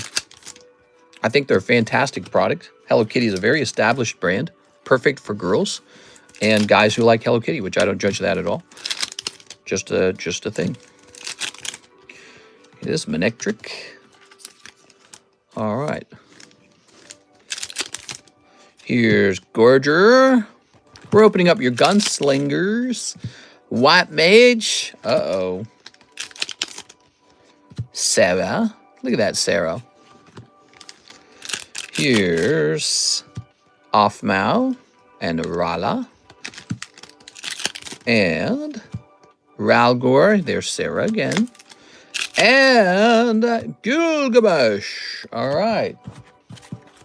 I always trust pre-packed mystery packs. They always have hits.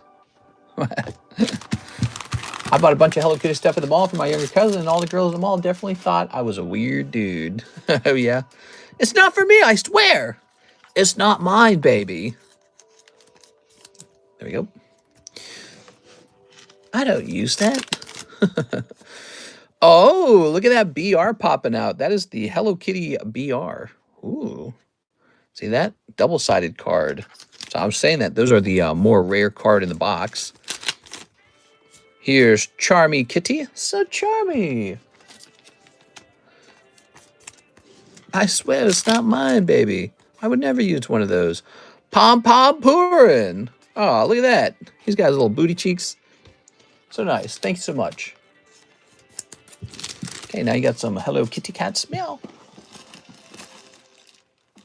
Let's see. Did we keep you in here? Yes, we did. Cool, man. That was a $68 order from Jordan Estrada. He has Starnus back. Yeah, he's got Starnus back. Under the 3, Hollow Curious for Mr. Hathim. Stick around, guys. We're going to be opening up this Call of Legend pack in like 2 seconds. It's sold out. The Call of Legend pack gets open next. The pudding dog. Okay, so here we have Torch Wielding Girl, Horns Girl. She's very horny. Here's Singing Diva Girl, Little Hat Girl, and Cool Girl. Ah, yes, all variations of girls.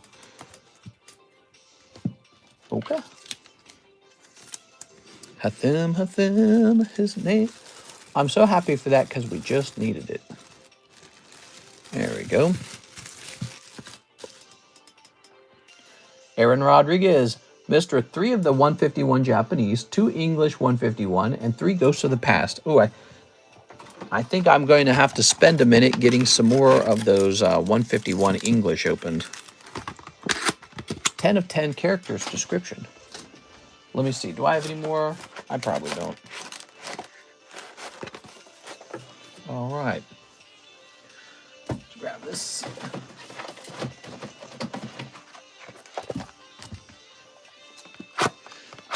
Okay. Some people like Labubu's. I want a Labubu. Come on. I want a Labubu. Come on, man. Here we are.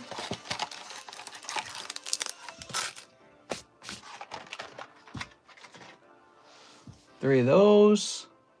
The 151 Japanese.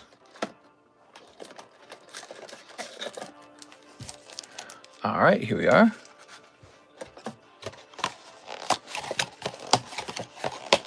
Two 151 English.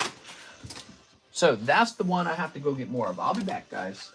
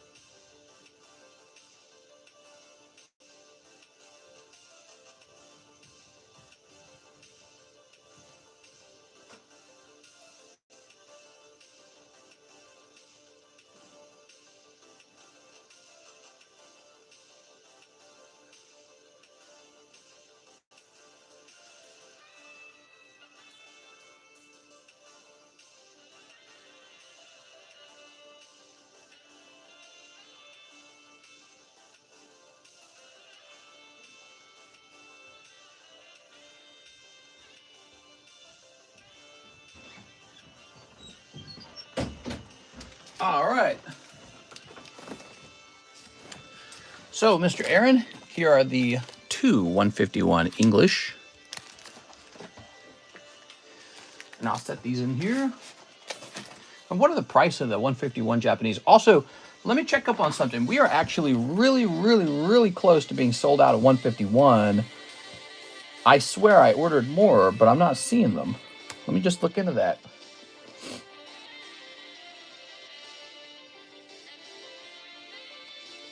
Okay, they're all on the way. That's what's going on.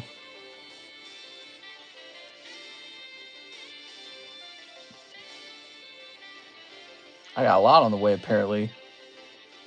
Maybe the order details on this.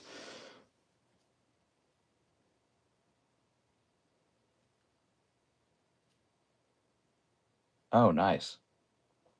Okay, I got an item coming from China that we ordered a while ago, and it's getting closer. So it looks like I did do restocks on 151. However, they are just taking a while to get here. What's the best My Little Pony card go for? How many boxes of History of Z do you have? I think a pretty decent chunk of them. We didn't sell too much of it. So we should have a decent chunk remaining. Okay, let me just have a look-see at this. I got to warn you guys about the 151 pack price is changing rapidly. This, we most recently changed our price.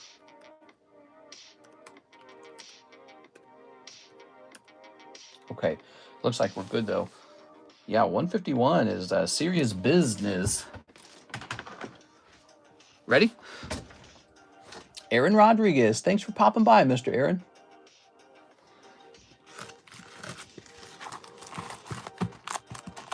How much for your sandals that you wore when you left home decades ago? Those are my prized sandals. What I really ought to do is get a nice display for them. Those are some good memories. Sad memories, kind of. That was my pair of sandals when I walked out of home. In my family, you didn't have a lot of shoes because we were so poor, right? So I had a little pair of sandals, and I left when I was 17. And by then, your feet are pretty much done growing. You don't get much bigger feet. So I wore that same pair of sandals all the way to the day I graduated college, 4-year college degree in computer science, where I paid for everything all the way. Did it all by myself. We are. And by then, the sandals were in complete tatters. In fact, what I would do is I would tape them back together with duct tape, and then the duct tape would wear out and fall apart. And it was like, but they didn't work if you didn't tape them, so you had to keep taping them. So I had a roll of duct tape that way I would use to keep the sandal together, and I would walk on them and just wear the sandal out over again. Tangela and the Japanese packs. Look at that little Pikachu. He's nice. Give you that little Pikachu. He's just a common card, but he's nice. Zabra.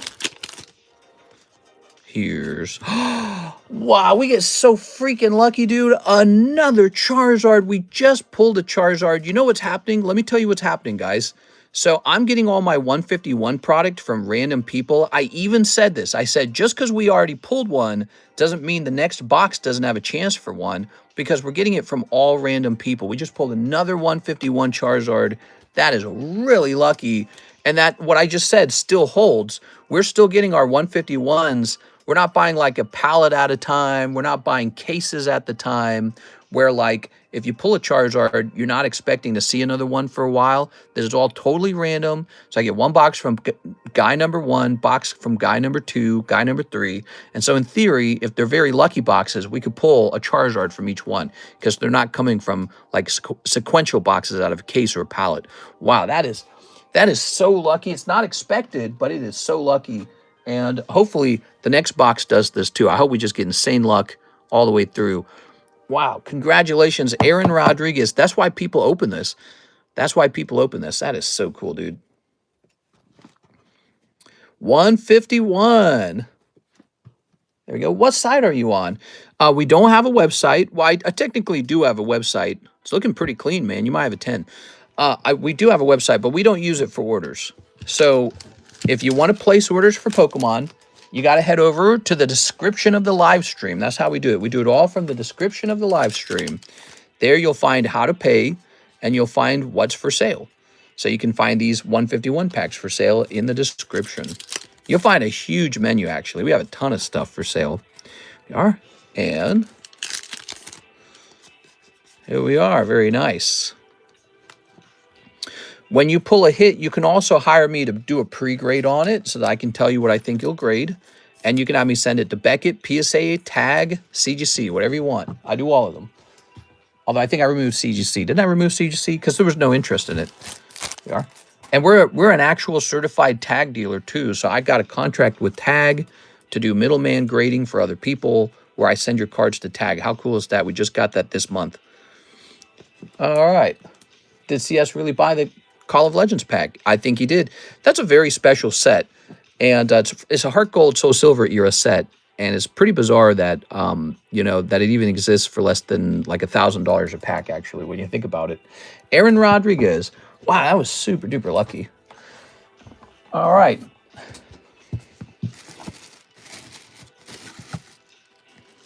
Mr. CS, man, putting on a show, man. It reminds me of LaFlame a little bit. Remember LaFlame? There you go. LaFlame, he's taking it easy right now on Pokemon cards, what he said. Here we are. All right. I'd like to purchase 151 packs. Sounds good, man. Yeah, they're in the menu. You'll see the price over there. It's $20 per pack. You can also see we have 151 Japanese, which is cheaper, and 151 Korean, which is even cheaper. So there's multiple options, multiple languages. Okay, put that into your box. All right. Oops. Okay. Wow. Next up, we have an order from CS Man. Send that Vaporeon to PSA. And then CS Man, let's open up the Call of Legends pack. All right, here it goes. You guys are being treated tonight by Mr. CS Man. First, he finished off the Jungle Pack in one. He pulled the holo out of the pack. Very lucky. Now he's opening up this random Call of Legends pack. Dear God, let's see what happens. You ready? Call of Legends, everybody. It's a very special set. And it's surprising that it's even slightly affordable. Oh my gosh, right off the bat, we see Eevee. Let's see. Okay, ready? Everything's looking good so far. I like the little crease in the front. Perfect. So there's Eevee. Magikarp. Wow. So cool, man. So you have to understand, every single one of these cards is gradable, Mr. CS Man. Houndour. Oh, yeah. Slowpoke. I know you like Slowpoke. Magmar. Okay, so the next card going to be the reverse holo. Looks like there's one more after this. Oh, this is it. What do we got? It's water type. Oh, you love Slowpoke. Hey, look at that. He got reverse holo Slowpoke. Oh my gosh. Could this be a heavy pack, though? Let's see if it's a heavy pack. Okay, it's not a heavy pack, but we'll take it, man. The Slowpoke is good. You've got a rare Meganium. And like I said, the set comes with the reverse holos, so no matter what you pull, heavy or light, you're walking away with the reverse. Copycat, look at that Vaporeon. See, it's in the style of Heart Gold, Soul Silver. Notice the big box, the yellow border is kind of sort of a beige-ish color. Lost Remover, and there we go. So I think that was pretty good. Slowpoke, much better than if you had pulled a reverse trainer, because that's always a risk. And you like Slowpoke, so how special is that? Pulling Slowpoke out of this. How cool is that? He goes, oh no. Why do you say oh no? Here we are. So let's go ahead and sleeve up the rest of these. We got Lost Remover. We've got Vaporeon. That's a very strong card. Look at that. Okay. Here's Copycat. She's very cute. Look at her. She's in her rocket outfit. That's cool as heck. Here's Meganium. Here's Magmar. Here's Slowpoke. Here's Houndour. Okay. Here's Magikarp. All right. And here's Eevee. Watch who you call Slowpoke, mister. Well, this guy's a total Slowpoke. Okay. Brutal pack, but it's chill. What? That's not a brutal pack at all. This is a hot pack. Hold on. Let's count through it. Eevee, that's a hit. Magikarp, that's a hit. Houndour, that's a hit. Slowpoke, that's a hit. Magmar, he's okay. Meganium, he's okay. Copycat's a trainer. Vaporeon, that's a hit. Lost Remover, it's a trainer. And then Slowpoke, nothing wrong with the Slowpoke at all. Here we are. Slowpoke could be worth hundreds of dollars. That's a solid pack, dude. I don't know what you're talking about. People hope to get a pack like that. All right, let's grab this. Now, is it a heavy pack? No, it's not. But you got to have some perspective. The reverse hollow slot can contain anything. That could have been like a reverse hollow trainer, or like some derpy, stinky ass Pokemon that you don't want. Slowpoke's a really solid 151 Pokemon from Gen 1. He's really solid. He's not Lugia, obviously. If you could pull Lugia, that would be better. But yeah, Lugia doesn't pop out of every pack. That's why he's expensive. These aren't looking too bad at all. Look at that. These look half decent, actually. Just passing through those. What do I even send? Well, let's see. Yeah, I'd send this. I would definitely just send this Slowpoke off. You are? There we go. Look at this guy teasing you. There we are. Respectfully, L Pack. Disagree. Here we are. I've been doing this a long time. This is a solid pack. You guys don't understand the value of the common and commons. That's what's going on. If he gets a 10 on that Vaporeon common, that alone could be $200. Let's see. I could be wrong, but let's see. Call of Legends. Call of Legends. If we can even find one. Vaporeon. Okay, so check this out. The Call of Legends Vaporeon non-hollow. Pop. I don't want to show this guy's order on screen. There we go. So this card right here, that's what he pulled, right? So if this card happens to grade 10, and we don't know if it will yet, the cheapest one is $300 with 7 watchers.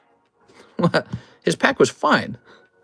But see, he didn't just pull the Vaporeon. He pulled a number of notable Pokemon, like Magikarps. People take Magikarp very seriously. He's a chase card for a lot of people. All right. Raw Reverse Soul for 50. Yeah, you never compare those.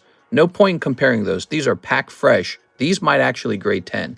That stuff up on the internet, none of that grades 10. I would know. Hey, I'm one of those watchers. Now, look, the reason why that card costs $300, because the reverse hollow of the Vaporeon is $2,000. Yeah, the cards in this set are serious business. That's why the booster pack is serious business. So look at it. We're just one non-hollow, $300. The hollow, $2,000. But let's go ahead and take a look at Slowpoke as well. Let's see if there's any information on that.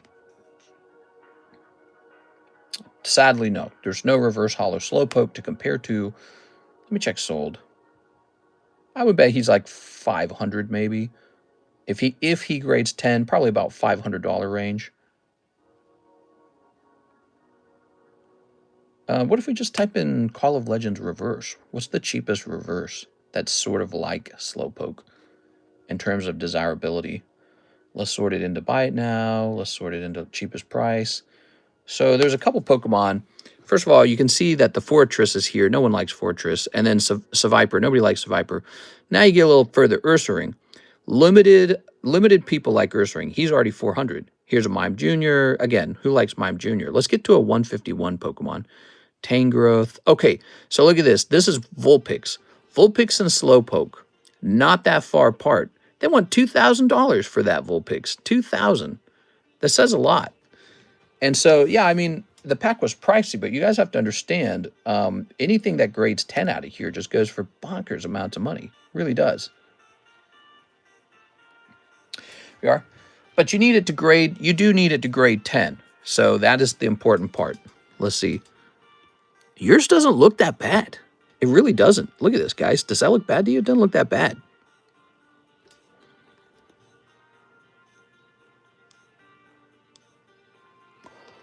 If it grades 9, you can have me do a pre-grade on it if you'd like. And then, or any of these if you'd like as well, okay? If you're trying to make a decision. Let me tell you which ones I'd grade. I don't know about the Eevee, because the Eevee probably has that midline in it. But the Magikarp, yes. Houndour, yes. Slowpoke, yes. Magmar, yes. Meganium, yes. Vaporeon, yes. I would grade the Copycat. To be honest, I would grade this Lost Remover, because knowing myself, I'd then go put it up on eBay for $100. And somebody would probably buy it. I sold a card just like that not that long ago. The Eevee should by default have an issue in the center of the front of the card. Yeah, has that issue. Who knows? Maybe somebody will overlook it and not care, but they probably won't. They'll probably catch that. Okay.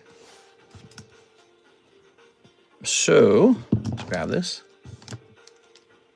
300 get you an Artie PSA soft version of the Suicune SL Hollow in an 8. You just said it. It's an 8. Nobody pays good money for 8s, dude. So, yeah, you just said it out loud. you're saying, hey, you could go get a nice 8. Who's buying 8s? No wonder it's so cheap. People don't buy 8s. So a booster pack gives you a chance for a 10. There's a big difference there. Here we are. All right. I could find you a lot of PSA 8 Lugias that are not so expensive. I'm going to ask you to pre-grade every single one. Okay, well, hold on. Let me get this started. Okay, so the Eevee, I would say Eevee's probably 9. 9 or worse. The Eevee has a print line that runs down the center. Now, Lost Remover, you ready?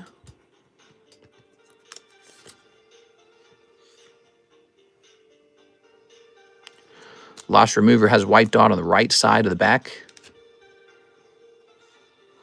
Okay, Lost Remover, going to be 9. So probably avoid the Lost Remover. You're going to avoid it anyways. That one's like the last one to grade. Copycat, I like Copycat. Let's take a look. So Copycat, I don't have to go too far. This upper right corner is not right. Copycat's also going to be a 9. That's a trainer. So you didn't lose too much with the trainers. Now, this is an important card. Here, you ready? Vaporeon. All right, come on, Vaporeon. Do something for us. No. Okay, so your Vaporeon's not going to grade 10, unfortunately. I know I was rizzing it up, but let's take a close look at it together. So I don't like this edge right here, which would be okay if that was the only issue, but it's got a half dot here. And then if we come down here, it's got a full dot. So Vaporeon, definitely in the 9 range. That's too bad. All right. You don't know that until after the pre-grade, you know.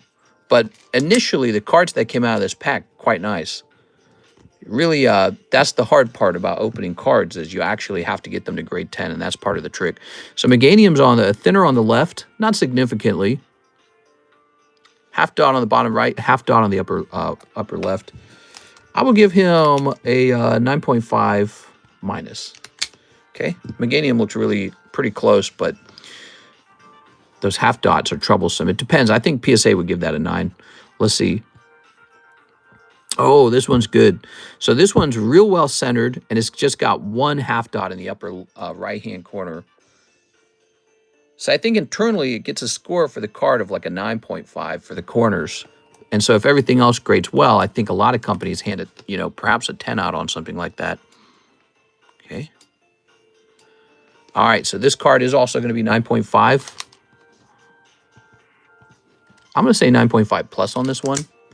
I think it leans toward the 10. Okay, but I can't solidly call that a 10. Here's Slowpoke. You ready? Okay. Half dot, half dot. All right. 2 half dots on this Slowpoke. I'm going to say 9 on this one. You are?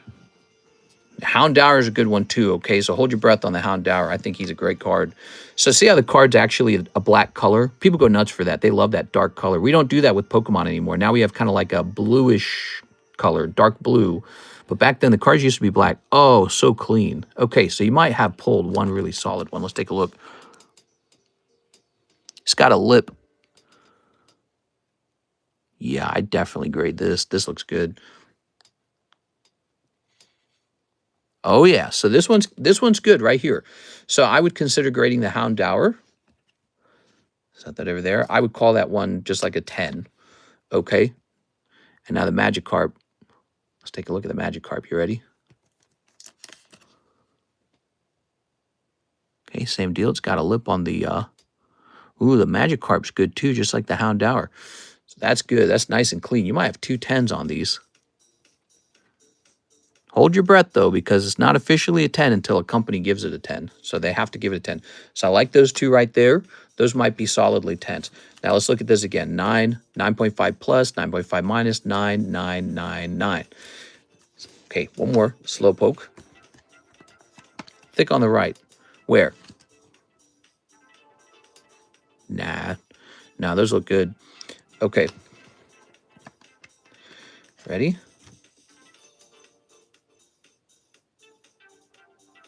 Take a look at the back. Oh, man, you might have a shot on this. This is the most important one. You know that? Your reverse hollow could potentially be a 10. Let's look for the print line. So here's the problem. It's a reverse hollow, and those can have print lines in the hollow portion. Are you ready? Come on, baby. Oh, it's looking nice. Oh, you might have a 10 here. And this is very close. So I would give this just a 10. I wouldn't give it a 10 plus. We are. There we go. All right. So I would lean that one toward a 10, and these two as well. I bet you're going to ask to grade those. We are.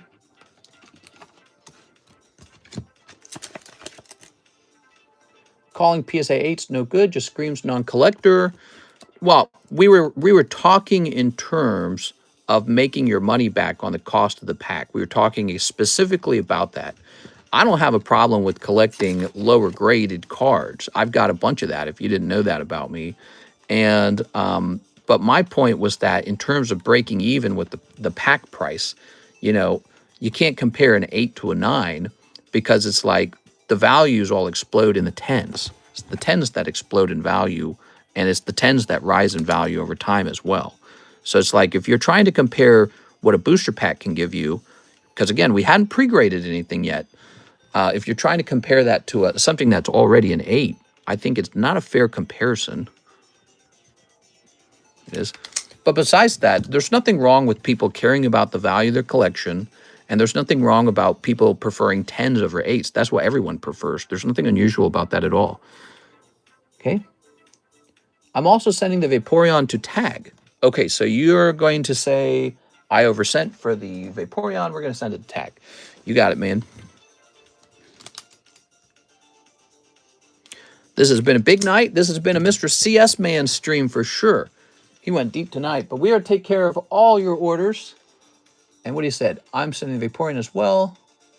Boys, why are you trying to like make me feel sad? Chill out on that 8. Like you guys can do what you know what I think it is, CS Men? I think there is always a little bit of jealousy with this high-end stuff. People start to have really, you know, really steep opinions about it. Like they know how to collect better than you or something like that. Or, you know, anytime big dollars get whipped out, people start to get like, oh, you're not a real collector or something like that. I don't like it either. I must have one of the biggest collections in all of North America. I don't know where I rank. I'm on a top 100 list somewhere. And I still get heckled over that. Like, oh, you're just not passionate about Pokemon cards because you wouldn't collect an 8. So I think I spent every waking hour of my life for the last 6 years doing nothing but Pokemon. Talking, breathing, sleeping, eating Pokemon. 6 hours, 7 hours of streams a day. No weekends. Just stare at the market all day long. Buy. I don't know what I have to do to prove that I like Pokemon. I think what I have to do to prove that I like Pokemon is be poor or something. And I think that's the problem. Sometimes people want to gatekeep, like, who's a real collector. If you talk in money terms with Pokemon cards, you're going to trigger somebody. And I don't think that's fair. That's the nature of collecting, right? Like when people collect vintage vehicles, you don't think that they talk in terms of the cost of the vehicle and the way it changed over time? You don't think they do that? When people collect vintage coins, what do you think they do with that? When people collect vintage books like original Shakespeare, original Harry Potter, what do you think they talk in terms of popcorns and Monopoly money? What do they talk about? So it's just the nature. I don't know if, and I don't like it when people get upset about that. It's just how it is. It's just how it is. And the hobby's blown up, and now a lot of it's unaffordable, and people prefer 10s over 8s. Just how it is. It's not a bad thing. It's the nature of being a human. Okay. I collect Harry Potter books, different languages. I'll take any grade as long as I like the Pokemon and the look of the card. Yeah, I could probably, let's see. I just grabbed out of, oh, right here. Look at that. I bought that Shining Tyranitar. He's a 5. I could probably grab another one. I can think of another one. Hold on, give me a second. Yeah.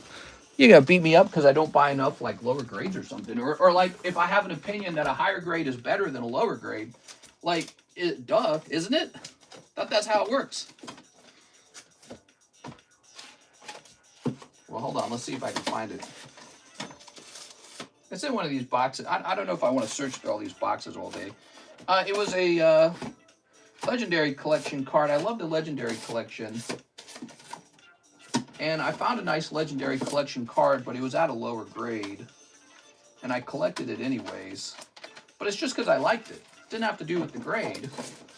But that shouldn't determine if I'm a real collector or not.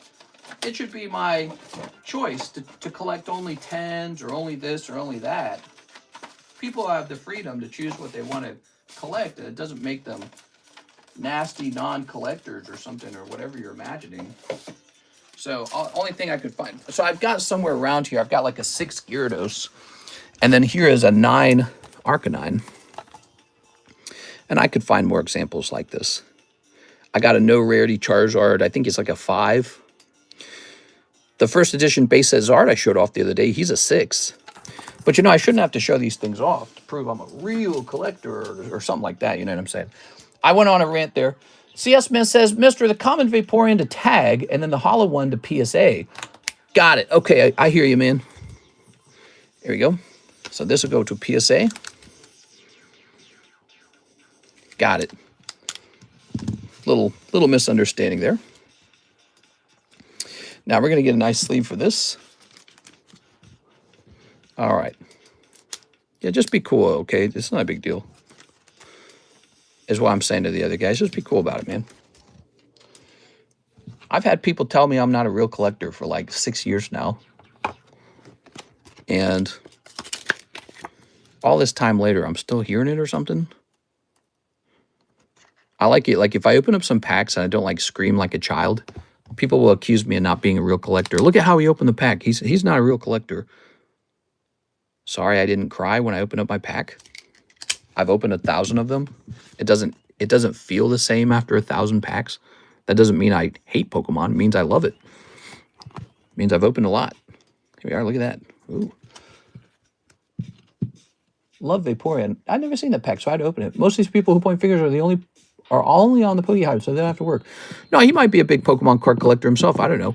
I'm just saying, you know, don't try to own the hobby yourself. I don't think it's fair. Okay.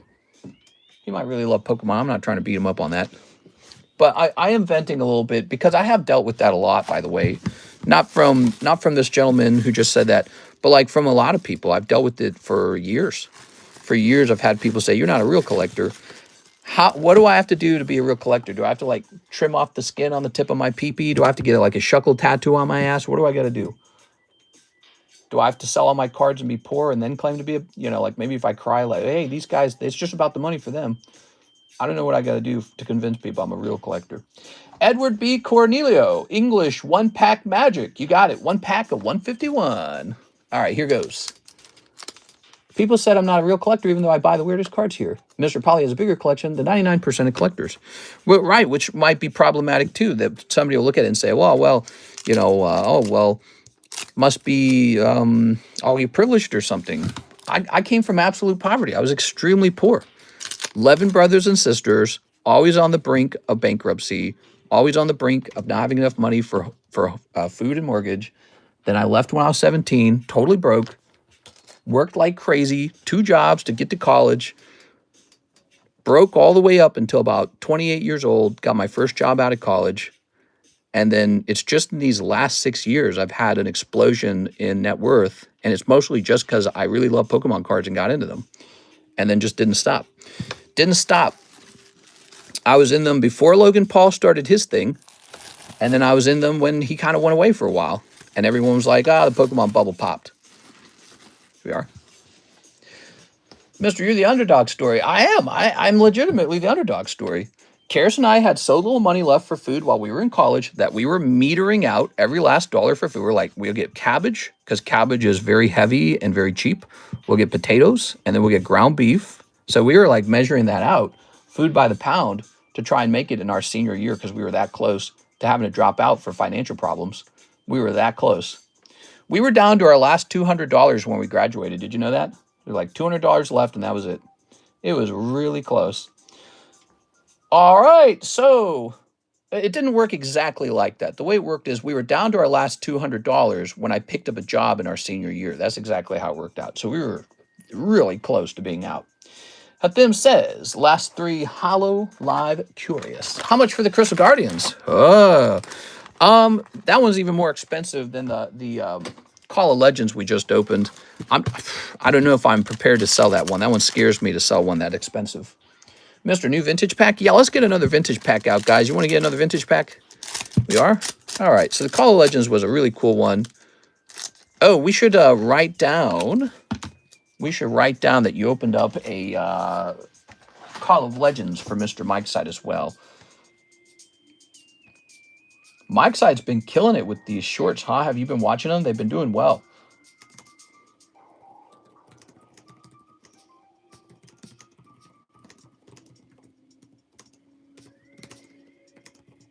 All right, there we go. Let's see. Mr. This pack is so unknown, so I can't even check prices. The Call of Legends pack is very prestigious. It includes a lot of high-end Pokemon cards in it that are well-known because it's like a shiny Pokemon set. You don't need school necessarily, just some solid work ethic and a willingness to learn. Well, when you go to college, because I've been there, I've got my degree. When you go to college, what really happens in college is an old guy with balding hair and glasses. He tells you, all right, welcome to my class. We're going to learn about blah, blah, blah. Go ahead and read chapter 1 to 10. That's it. And then you go read. And then he tests you to see if you read it. So it's weird because nothing's stopping you from just opening up all those books right now and reading them. School doesn't give you some special advantage in learning. It doesn't. Hey, this is kind of nice. This was a third pull in the pack. Is this a hit? I think this is a hit. So anyone who's really passionate about whatever subject you're passionate about can go and just read for free.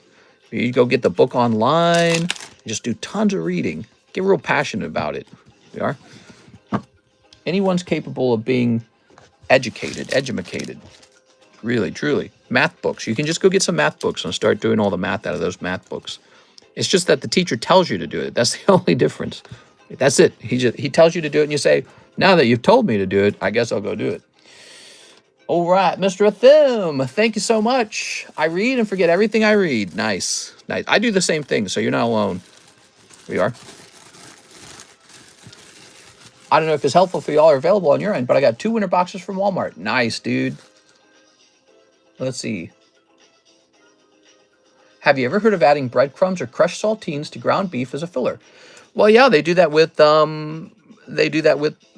That's how meatloaf is made. Yeah. We made meatloaf when I was a kid. We have Mr. Julio Oliveira, 3 Korean 151s, 1 Curious Universe. All right, you got it, man. Here are 1 Curious Universe and 3 of the Korean 151s. Thank you for all the orders, guys. It's really nice. Let's see. Yeah, sometimes I think the reason I work so hard is because I was like traumatized by being poor, to be honest. I allude to that sometimes on the channel. I think about that over the years. I'm getting old, you know, getting older, thinking about life. Like, why did I work so hard? And I think it's because I was so disappointed as a kid with how chaotic our finances were, how close we were to being in trouble financially. I think it kind of struck something deep inside of me, like, you're not going to do this. You're going to be set. You're going to be minted. So I was really determined to have maybe this life I didn't get to have as a kid. There we go. All right. Really determined to sort of fix it. And that kept me going all the time. It really did. Kept me working. Something like that can make you very passionate about hard work. Okay, the Call of Legends cards are also never sell and hold on to forever, right? Yeah, I would agree. Yeah, good set. We are. You know, I actually never really bought cards from that set because it was too expensive for me already, which is why I was surprised that the booster pack could be sold at $700. I was like, really? We are. Okay. 151. Oh, what did I grab? I grabbed a Prismatic. Let's see. Okay, hold on. Let me look into this. So that's Mr. Julio. Guess what? You're getting 3 packs of Prismatic for free tonight. Okay. I tell you what. Do me a favor, Julio. If you pull Umbreon out of here, buy them, okay? If you don't, they're for free. All right, so we got a deal, all right? So let me go get these Korean 151s. So, here they are. All right. Oop. Yeah, if they're just trashy packs, they're for free. If you pull Umbreon, you can give me a little tip.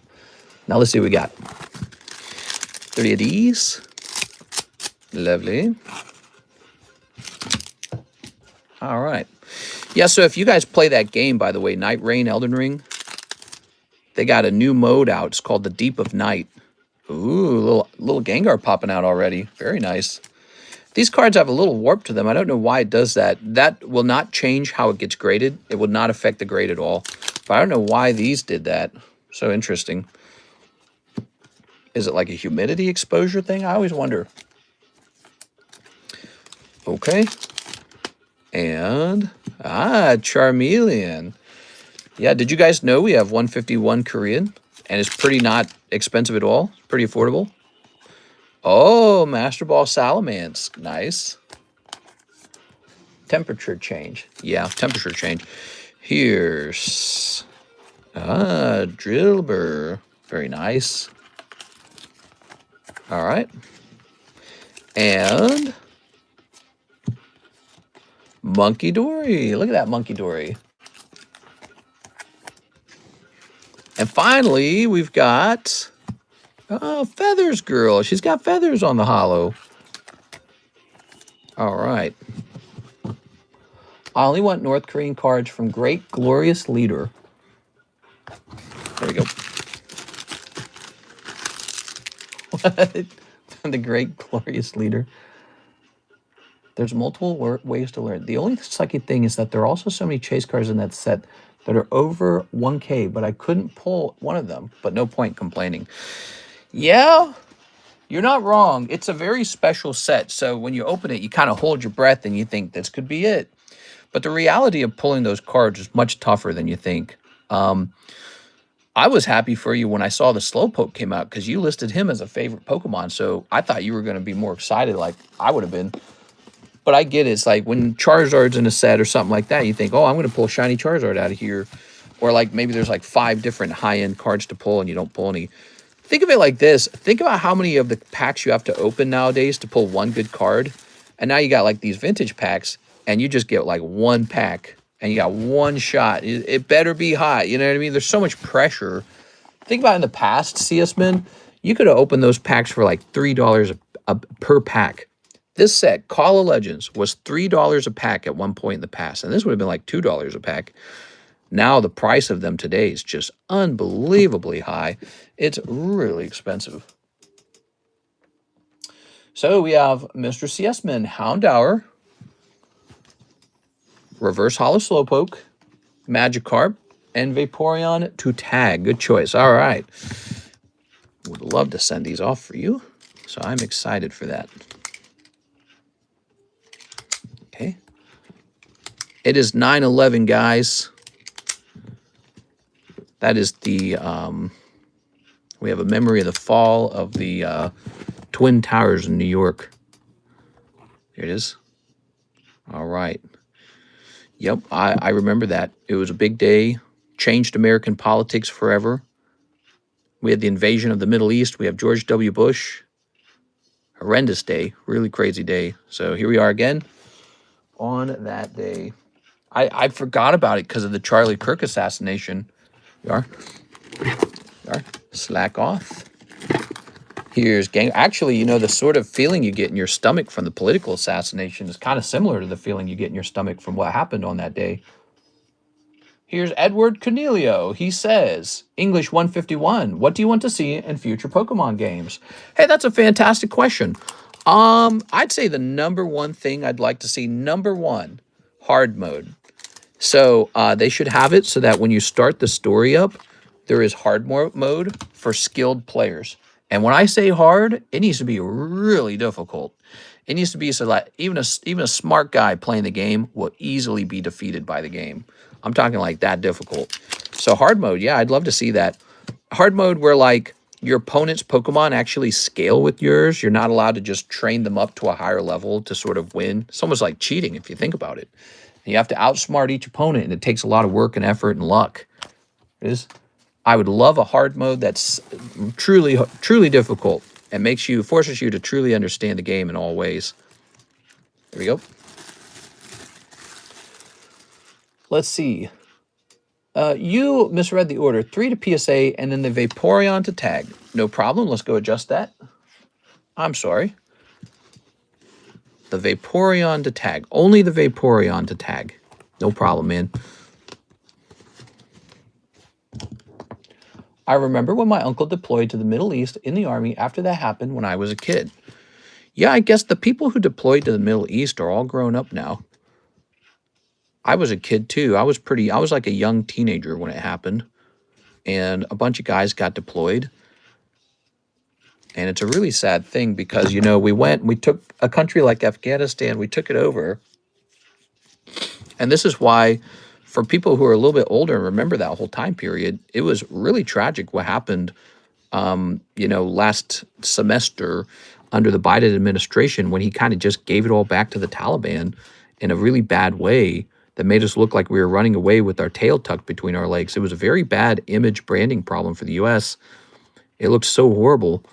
And then, surprise, surprise, immediately afterwards, immediately after the Afghanistan withdrawal, Putin begins his invasion of Ukraine, which has been disastrous in its own way.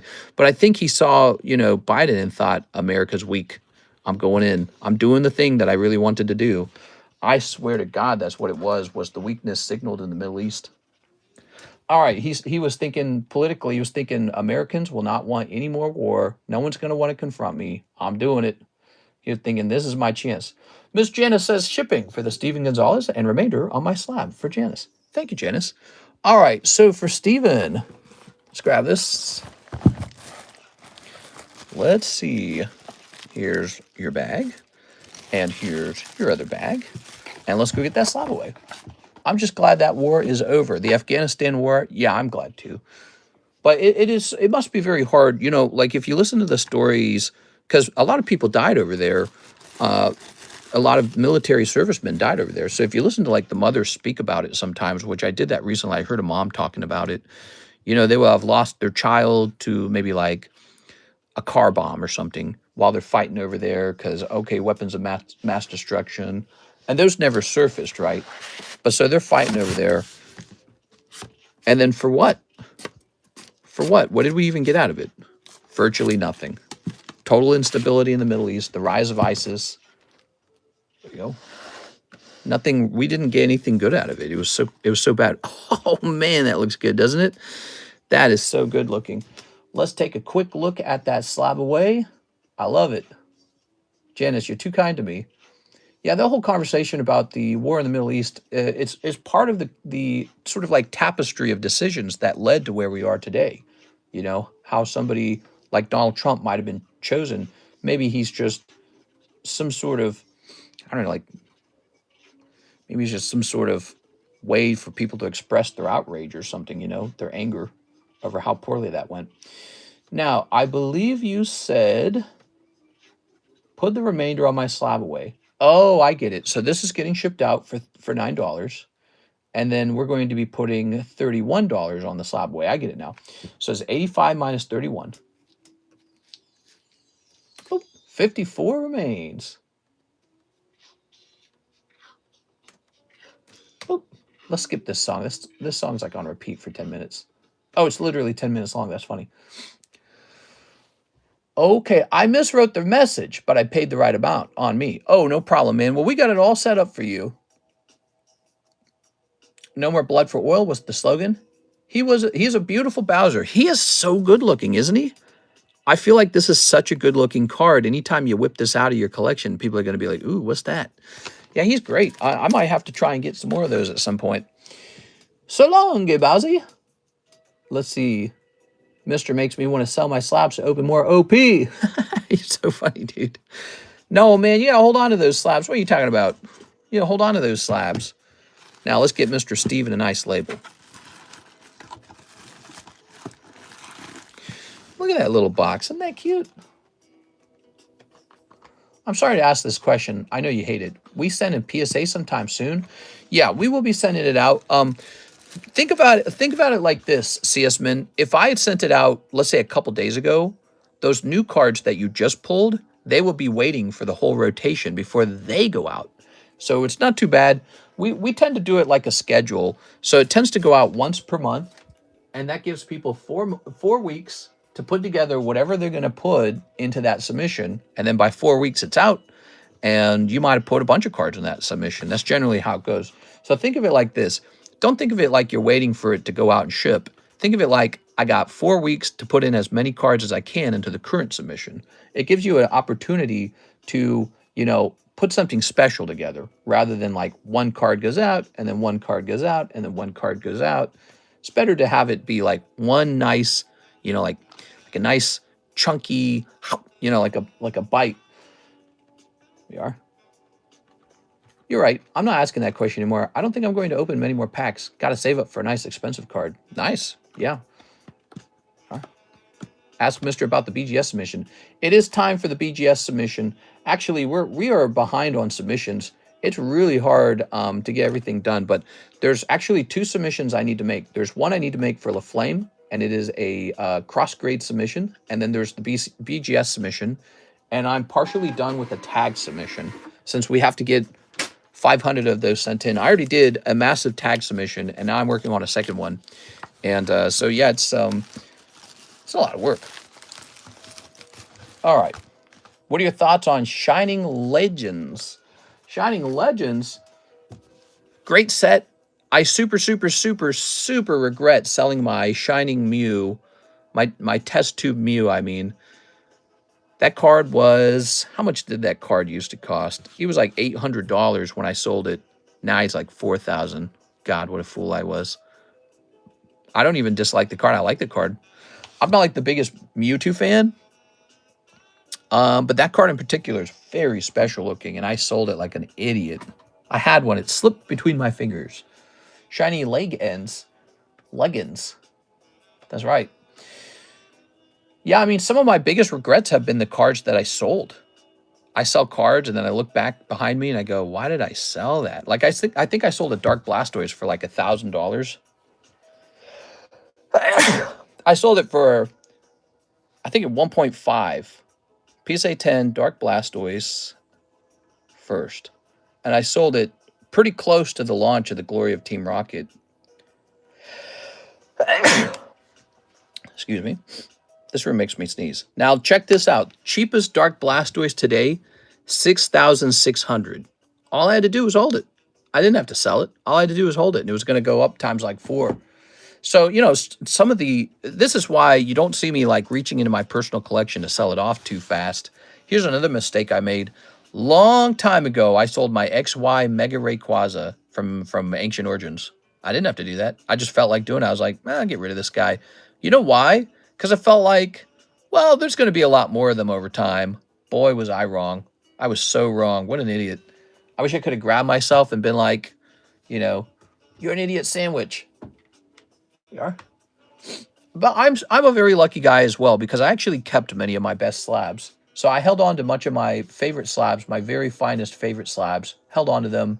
And so today I'm extremely lucky because those are doing so incredibly well all this time later. Okay, guys, so the queue is empty. And why don't I show off some of those slabs? Maybe I'll think about pricing one up. Let's see, what do we got here? What do we got? I'm going to price one up just for CS Man. Here we go. Okay. What do we got here? So these are like, I think, more recent ones, actually. You're very blessed. I'm very blessed. I'm very blessed. Poke-blessed. What do we got? Pokemon Center Magneton, huh? Let's take a quick look at Pokemon Center Magneton. That's a Shinji Kanda.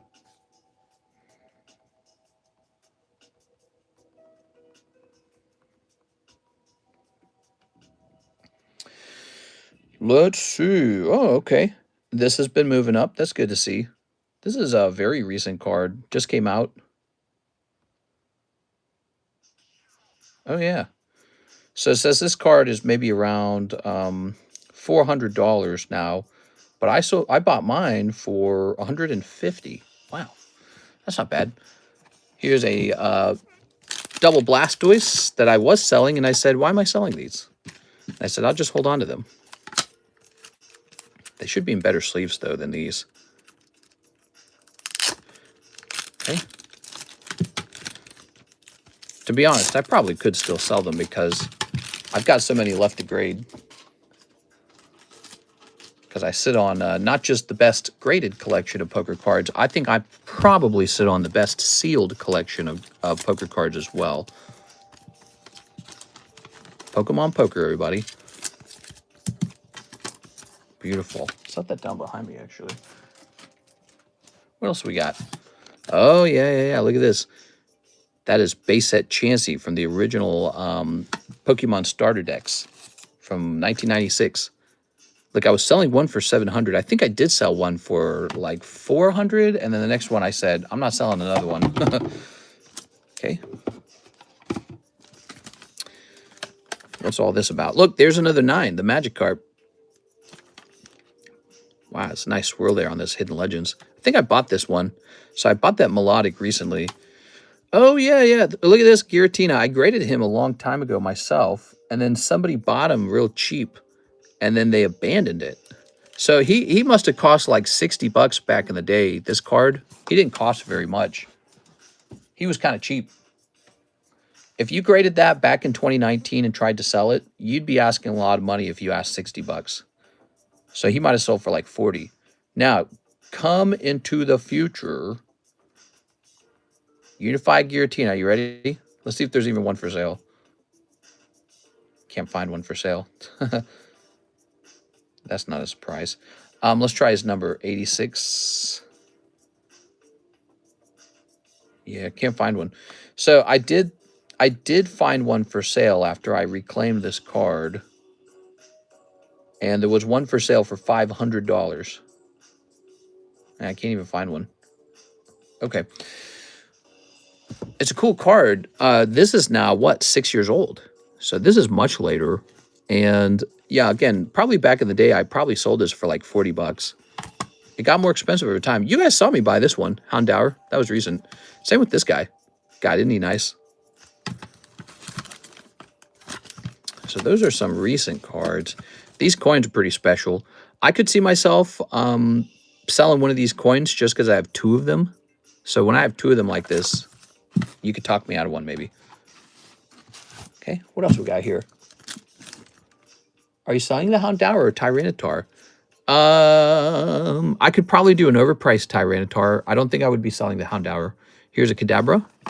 Here's that missing Gooseneck Charizard. Ah, there's the 3rd Charizard. I was wondering where he got off to. I got to put him in the Charizard box. Here's a little Shockwave Tyranitar. Look, I'm breaking one of these for you guys, but it's not like I'm going to leave myself without one. I got one too. That one's for me. Where is he?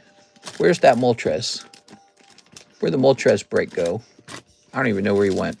So this is a break. You guys can join this. I think it's a really good card. That's why I'm offering it. And so I got one for me, and then I got one for you guys.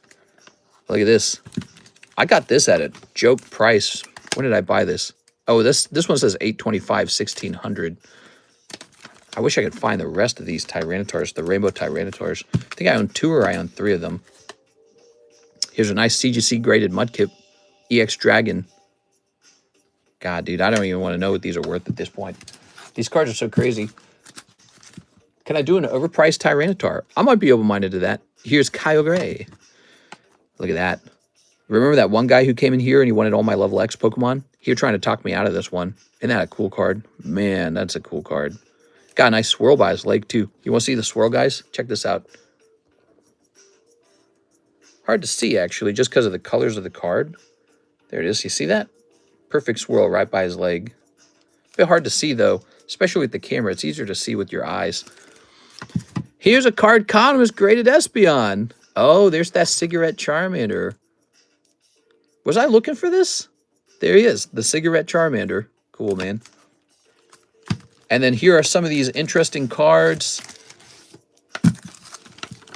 Here are some CGC Gem Mints and a CGC Pristine. And they contain the film cells, which I got really fascinated by.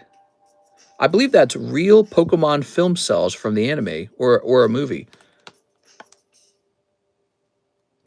I believe that's the real thing right there. You're looking at the original film cells, and they chopped them up and turned them into products. Okay. And then, of course, what do we got here? Some Magikarp, little chart. Remember, I was talking about these? Who remembers me talking about these? I said, pretty sure these are going to go up. I said that about the Charizard VMAXs in particular, because I felt that these were really special to Sword and Shield's time period. Like this is sort of like Charizard VMAX in a nutshell. Super cool. Big fan of this Magikarp, so I bought more than one of them. I wonder how many of these are graded now, though. But, man, I really love this card. And, of course, it was done by this artist who made this card. Which one's better, Giratina or Magikarp? Hard to say. I think I like the Magikarp better. They went up a lot. Such a spectacular card, Rayquaza. So you can see I'm all over the place. Buy a little bit of this, a little bit of that. I don't have rules. I just like to buy what I buy. That's all. If I see something fun, I buy it. And if I get bored of it, I sell it. There's no rules. I used to have rules about Pokemon card collecting. I really did. I used to say, you only buy this, you only buy that. Look at this. This is 9. I used to have some rules. I don't follow those rules. If it's interesting, if it's worth talking about, if you can talk about it, I buy it. And I don't really worry about it after that. Because if you worry about it, you'll drive yourself nuts. Now, I'm going to keep some of these. I like this Ditto Metamong. That's cool, man. Here's a Snorlax. I bought this so long ago. This is my own raw card that I bought years ago, and I never graded it. And then I just graded it, and it got a 10. I also just graded this, and it got a 10 by surprise. Look at that. That looks awesome, man, that Machoke. A Scavalier Staff. Really interesting. I don't know what to think about it. Just some staff card. I just bought this one. This is Quillfish Pop 1 from Heart Gold Soul Silver. Here's a Magneton Staff, Tyranitar Staff, Tyranitar Staff, Tyranitar Staff, Black Star Gengar. This one was $1,300. I don't know if I overpaid. Gengar's nuts. Gengar's nuts! That's why we have a Gengar break. I don't know. You guys don't like it. Maybe you're not a fan of it. Maybe it's the wrong break. Where'd all the breaks go? I must have put the breaks somewhere. I don't even see it anymore. I must have moved the brakes somewhere. Because that other thing was missing too, wasn't it? Yeah, you guys must not like the Gengar break because it doesn't appear to be that popular. But Gengars are crazy. This is just some Black Star promo Gengar, and he's like, what, $1,300 now? How? So you got that Master Ball Gengar. I think he's even more popular. What's the one card in your collection that means the most to you? You know, it doesn't really work that way anymore. Maybe a long time ago it worked that way. The way it works now is I see a brick like this, and then I see a stack of bricks like this. And then I go, oh, like Homer Simpson when he sees beer. Beer. Go, wow, that's a nice stack, dude. Like, look, there's one of those Gengars. Here's a Carddass Gyarados. And I think this was a gym break. What happened to that? How are these over here? Oh, yeah, we were going to do a Mothman break, but nobody bought in. I remember that. Here's a little Tyranitar, but he's Japanese. Here's a Tyranitar. Here's some more of these really interesting leaf green poker cards. I don't know what to think about those. There we go. I bought this Gyarados in Japanese. I could host a break on any of this stuff, but I'm not going to until the current breaks end.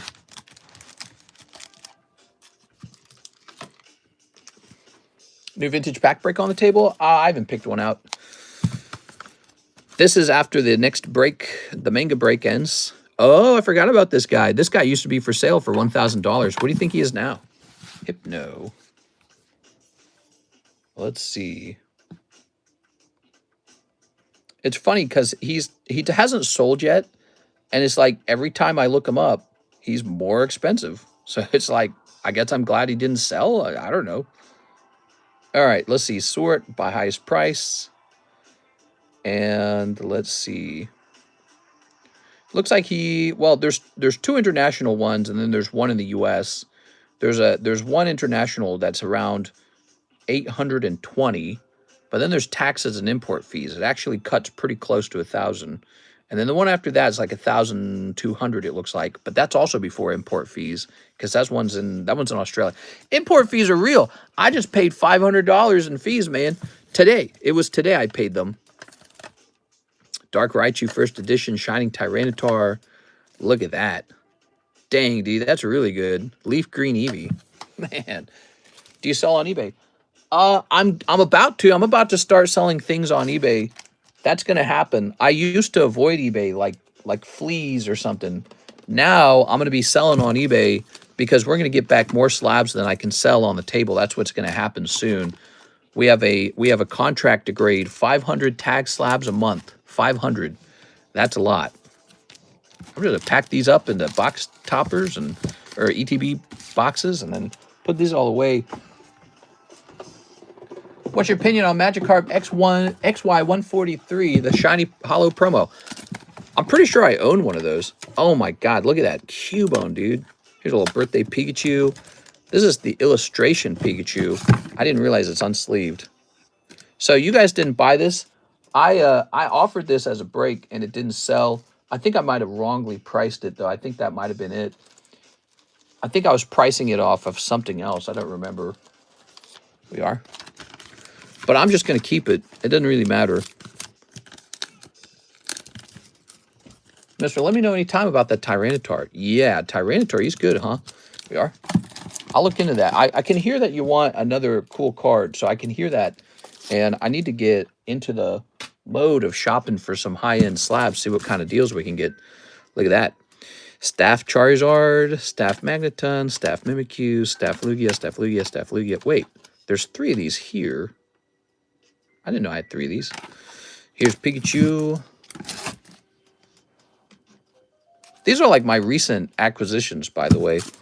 Dark God Kazam 9, huh? That's beautiful. Look at this Pikachu, dude.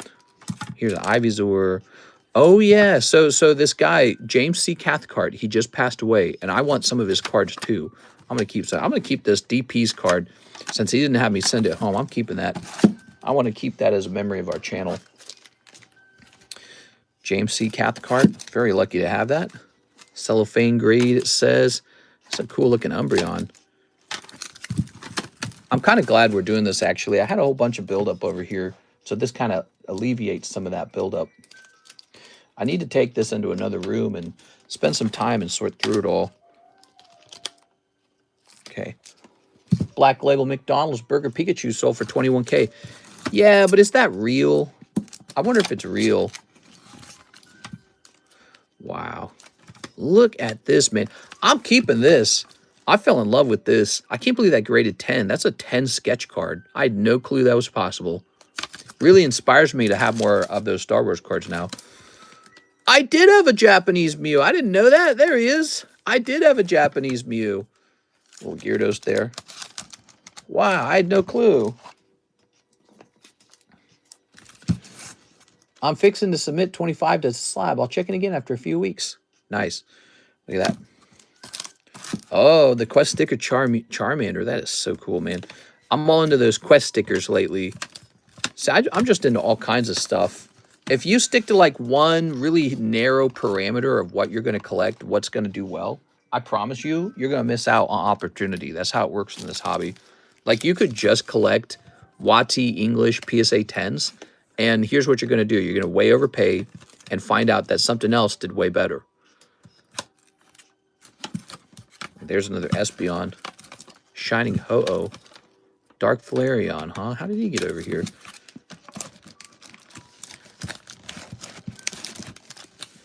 Okay. It's a great variety. Well, this isn't even sitting on my personal collection shelf. Oh, look at that. Wow. Was that an English knockdown? I think that was an English.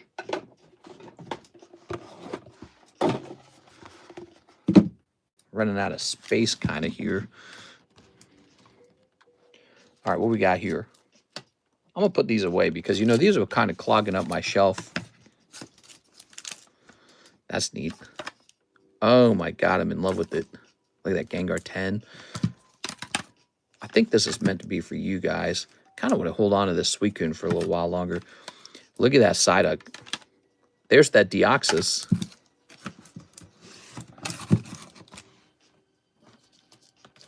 Oh, my PSA 7 Slowpoke.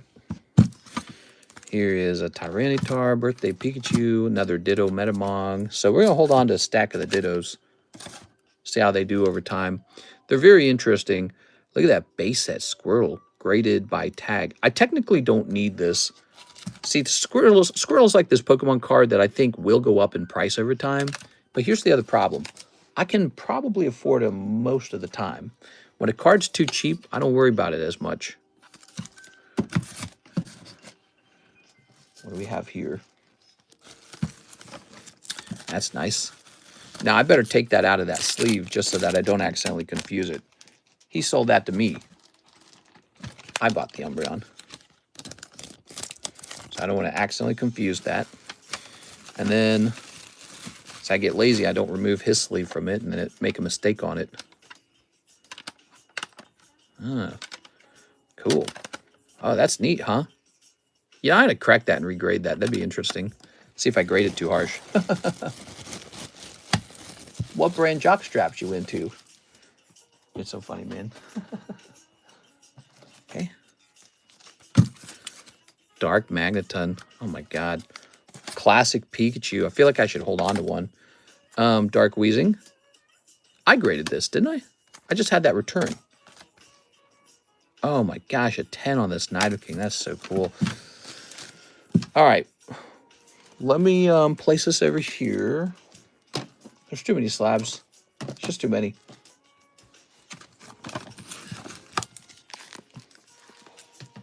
Did I have anything over here as well?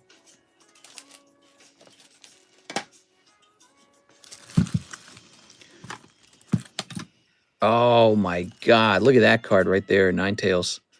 Psychic Ninetales. Bought it for 800. Wow. Just wow. I didn't know I bought a Buffalant. Aranya. That says send it to eBay. It's perfect Aranya. I don't think I'll give that a shot on the table first. That I'm telling myself to regrade that one. Regrade that one. Okay. What are these all about? A Dave O'Callahan. Oh, we got to test that, I bet. We are? Or maybe it was discovered that he's still active over here. It says 225 on it. Set that over there. Hey, what's up, Rain Brian? Perfect Wool, Perfect Aranya. Those are so cool. Cross grade to BGS, huh? Set that over there. Crack and regrade. I'll do it. I'll do it. Crack to PSA question mark? Cross grade only question mark? That says crack. This says crack. So I should work on that when we have a slowdown. I should get these cracked out of their holders and test them out on a cross grade. Also, look at this guy, huh? That's nice. Mickey Mouse. Set him here. Okay, so I know that in this pile we need to pull those out that need to be cracked out of their holder. Mister has a lot of slabs to crack. That's right. Here's another Mickey Mouse. Oh my gosh, that looks so nice. That's an 8. Yeah, I'm gonna regrade this for sure. This is definitely another cracked card. Here, this says you're right. That sounds funny when I say that. I don't know if you guys knew this about CGC, but a long time ago they were famously really tough graders, like as tough as BGS. Now this says sell on eBay. I don't think I need to do that. I think I can list that up here for a little while. Give you guys a chance at that again. Oh my God, Psyduck. And look at this Magikarp. There's that Shining Raichu. He's pricey though, right? You're going to be doing a lot of cracking. That's right. That says eBay. Oh, I remember this. That's for Ran. eBay, crack question mark? Yep, I'd say so. That says eBay on it. So these eBay ones, we're going to list them up here on the table again. I think I was saving that one for myself. Look at this, Tauros. Oh my gosh. Okay. I guess before I had somebody helping me with eBay, I was just setting these aside for myself to eventually post to eBay. Yeah, those all say eBay. So let me set these down here. These are needing repricing. We'll get them repriced for you guys so you get a shot at them. And if you still don't like them, then we'll still send them off to eBay. All right. And, oops, look at that card, huh? So Mr. Brett just sold me that one. I really like it because that was a card we opened together. And so it has a very nice memory for me. What do you think? Is that enough slabs?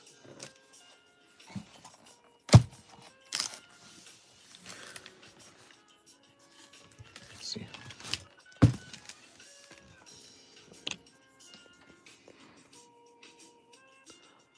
I was just showing these to you.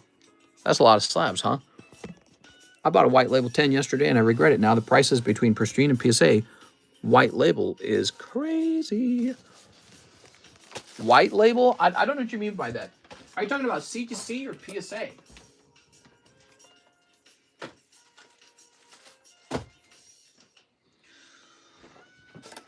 Wow, so many slabs.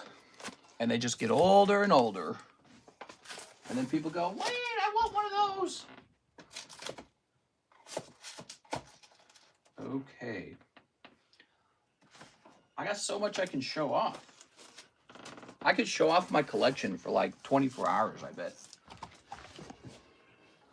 CGC white label. You're talking about the CGC gem mints. There's nothing wrong with them. You just gotta, when you have CGC gem mints, you gotta buy them cheaper than a PSA 10. That's all. Nothing wrong with them otherwise. Here it is. People prefer that prestigious PSA label. Definitely. Look at that, guys. Thinking about some tag grading cards, but I'm a little worried about the bad press. You are? All right. Beautiful.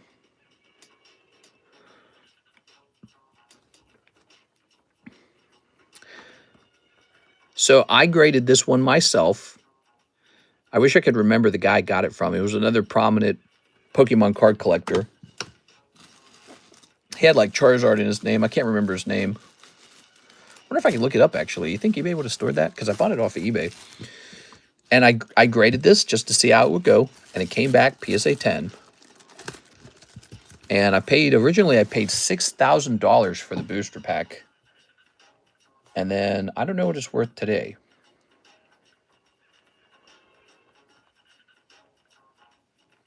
Base set booster first? Nah. Base set first, maybe? Nope. It doesn't contain the memory.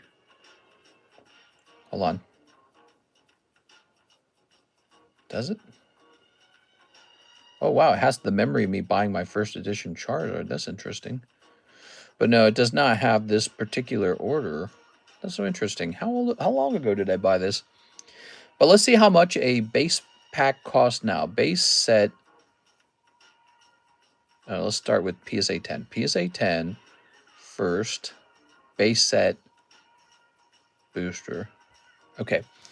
Takes me back. That's a nice pack. I think you should open it. Let's open it.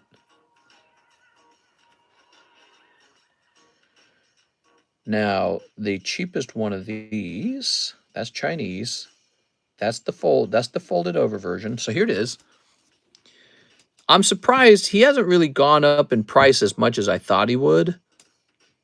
But there he is, a very similar pack. Now, and that's graded more recently. Here's mine graded a long time ago with a certification of 5.8. That's the 12 certification, and so this should be more valuable than mine by, I don't know how much, but it looks like I might be able to sell mine probably for like 18 or 17,000. But people prefer the more recent grade. Did you ever own a TCG store or only online? 6 years of only online sales. Only. Crobat. Charizard. These are box topper cards. Hey, check this out, CSman. Whoa. Look at that Tyranitar. Well, this guy's not even in a sleeve. We can't have that. Wait, where's the Tyranitar sleeve supposed to be at? We can't have that. Should I have sleeves for this guy?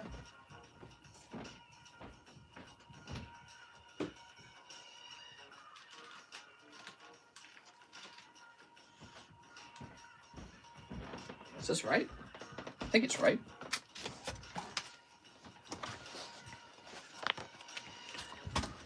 All right. There we are. There you go. Look how giant the card is.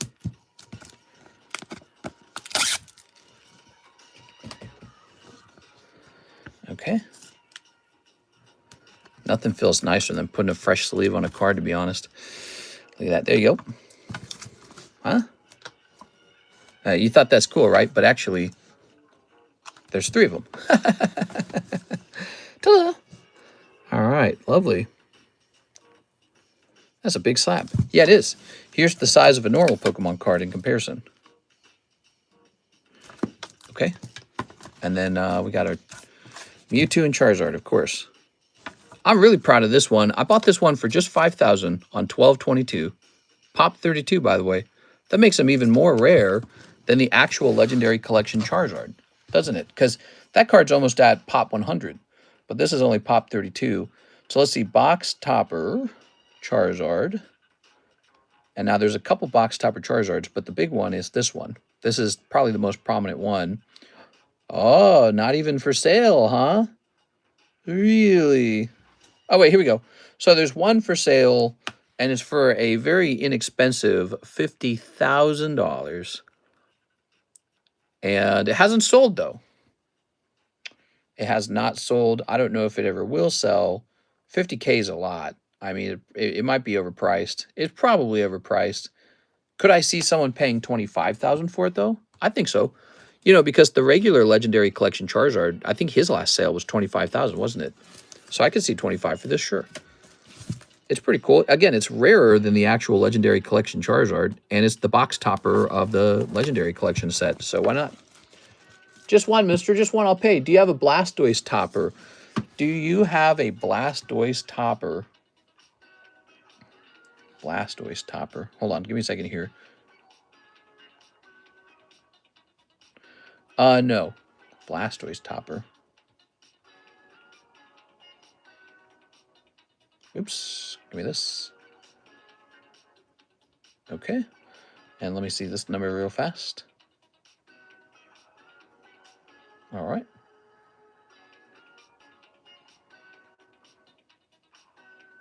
No, you gotta be kidding me, man. Stop doing this.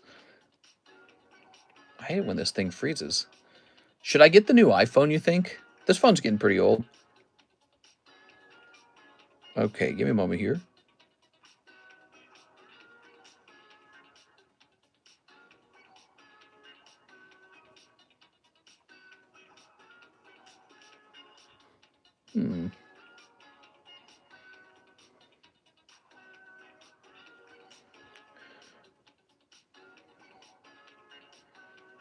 Let me do some numbers real fast.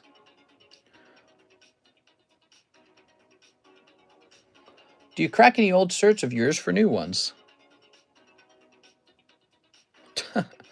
You qualify. Oh, really? Skip that. Jesus, dude. I just want to access my money. Is that okay? What the hell? There we go. Okay.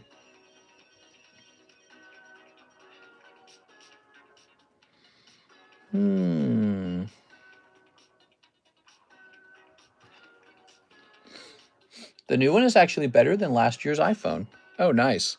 That's good to hear.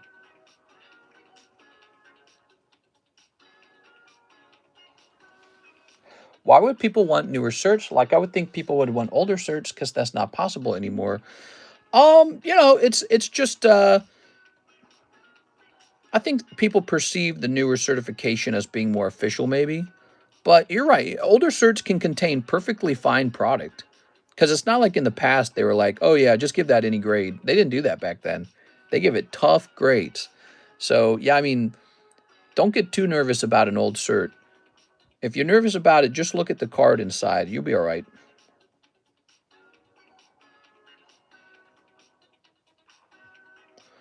All right. So I am actually going to offer you a anyone really. It doesn't have to be you, but it could be anyone. I am going to offer you a Tyranitar slab.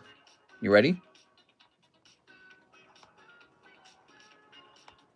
Okay, I've got a price in mind.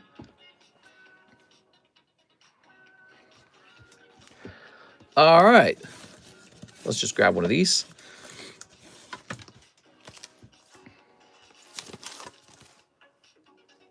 Seeing what I paid for each one. All right. Which one do you guys like best? Just pick one out. 4, 5, 5. Which one you guys think is prettiest? Oh, you can't even see them. All three of them. There you go. I have PayPal open. I'm going to snag it first.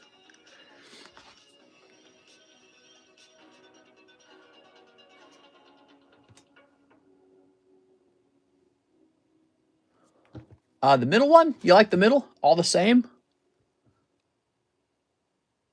The 4, you like this one better? Okay. So I have a price in mind, and oops. Okay.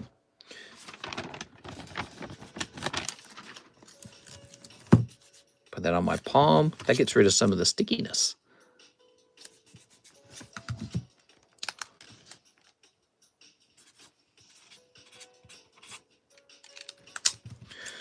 All right. Let me double check that real fast.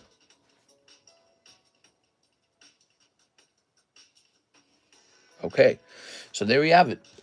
We placed a new card up on the table. This one's ready for slab away or whatever it is you want to do to it. I highly suspect Mr. CS Man's gonna probably just take it right now. Here we are. We are. Because he's been asking, and I've been trying to find something to sell you. Okay. That was good, actually. Going through my personal collection like that helped me find something. They call me the sniper. What?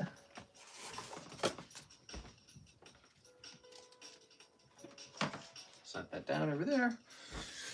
Whoa, whoa, whoa, whoa, whoa, whoa, whoa.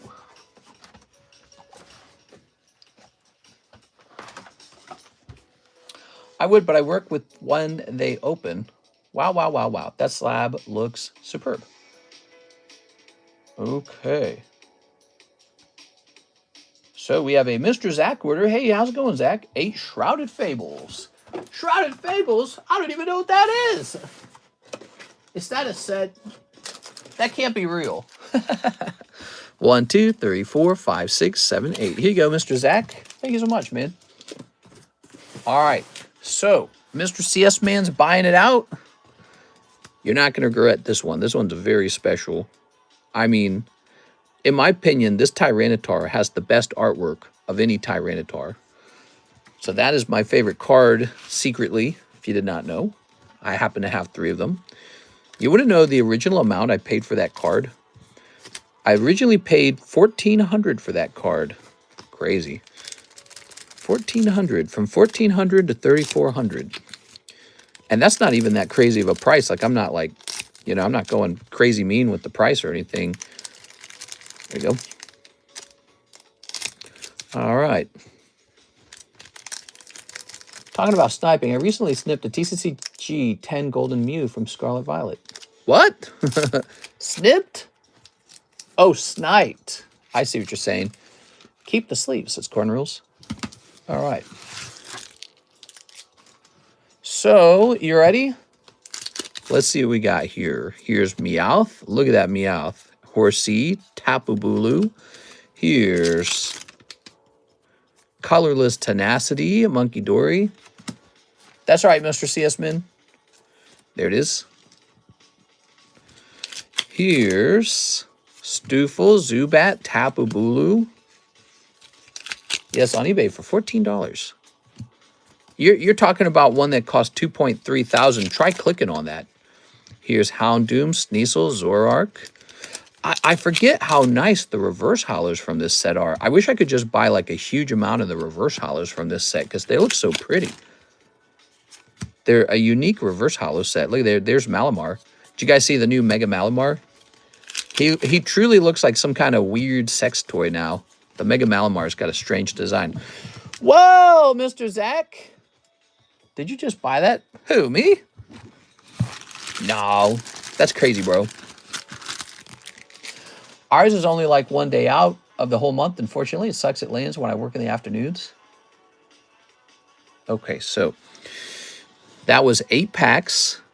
I think that was a really rough round, Mr. Zach. So we do have the lovely Monkey Dory. How about these reverse hollows? Man, these are great. You know, normally I say the reverse hollows don't matter. That's not true for this set. This set's good, dude.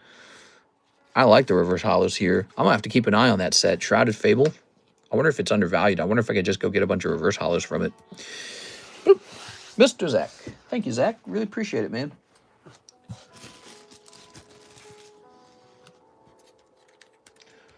All right. We'll grab that. So we all agree Malamar looks like a kinky toy. I said it first, though. I want credit for that. I do have the dirtiest mind. Zach Stacks. I'm creating a second bag for you, Mr. Zach. Okay. There is a best offer for one for 2.5. They're not going to accept that offer. No way. Okay. Now, what do we got? I've been watching that. I've been watching this Tyranitar for a long time. Mr. Brian Frun says for the 305 Electabuzz slab, rest Tommy, perfect slab away. Brian, could you help me out a little bit? What are you talking about? Are you trying to get a slab off of Discord? Is that what you're doing? Is it okay to sell fake Pokemon? I only sell fake Pokemon to fake people. They got lip filler, they got Botox, and I say, here, buy this Pokemon, it's fake. And they say, I love fiction. How did you do that? Sold 5 minutes ago. That has to be you. Nah, that's not me. That's probably Kickback Videos probably did that. All right. But let's see. So, Brian, so you calling us fake then? No, I sell you guys the real Pokemon cards because you don't have butt filler. But if you did, I wouldn't mind. I'm not judging. I think it looks good on you, actually.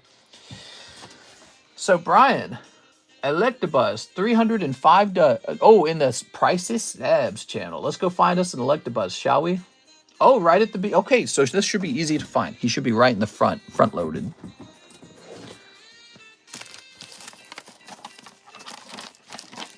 What do you guys think? Should I get a Brazilian butt lift? I'm getting kind of older. I'm feeling really insecure about ageism. I sold a fake. I didn't know it was a fake, and I got $250. Did you really? How do you feel about that in hindsight? Ba-doo-be-doo-be-doo-be-doo. Oops. Okay, there he is. Carddass Electabuzz. You know what's crazy about this card? Not that long ago, he was like $100. It appears the Carddass cards have all exploded in value. I didn't car. You didn't car? And his picture is a car. Ugh. I should have got it. 155. Shake my head. You're talking about the Electabuzz? Yeah. Cards are kind of just going one direction these days. I thought that it was always very underpriced. Because when I initially ran into these, I said, wow, cards where they're from 1997, Bandai, vendor card, Ken Sugimori artist, and the Pokemon are all using some kind of attack. It's just super cool. Like, that is a better illustration than most Electabuzzes. And now here's the cherry on top. Hyper rare. Look, pop 30? All this time later, and there's only 30 10s? You're talking about super rare cards here. How could they not go up when they're so rare? Look, that's pop 28. So that's not a bad card either. When you got a card as rare as pop 38, you've got kind of a monopoly. Okay, 305 for the Electabuzz. Mr. Brian. I don't know if I have a bag. Well, for a slab, you don't really need a bag. What happens with the slab is it goes into the B box for slabs. So this will go in the B box. It's good. Supply is finally catching up, but these older modern sets that are high demand will probably keep mooning. What's not mooning? It's crazy, man. Pokemon cards are crazy right now. I don't know what to think. Now, are you saying you've already got a slab away? Let me take a look into that. There it is. And so you will be placing $35 on slab away. Is that right? $35.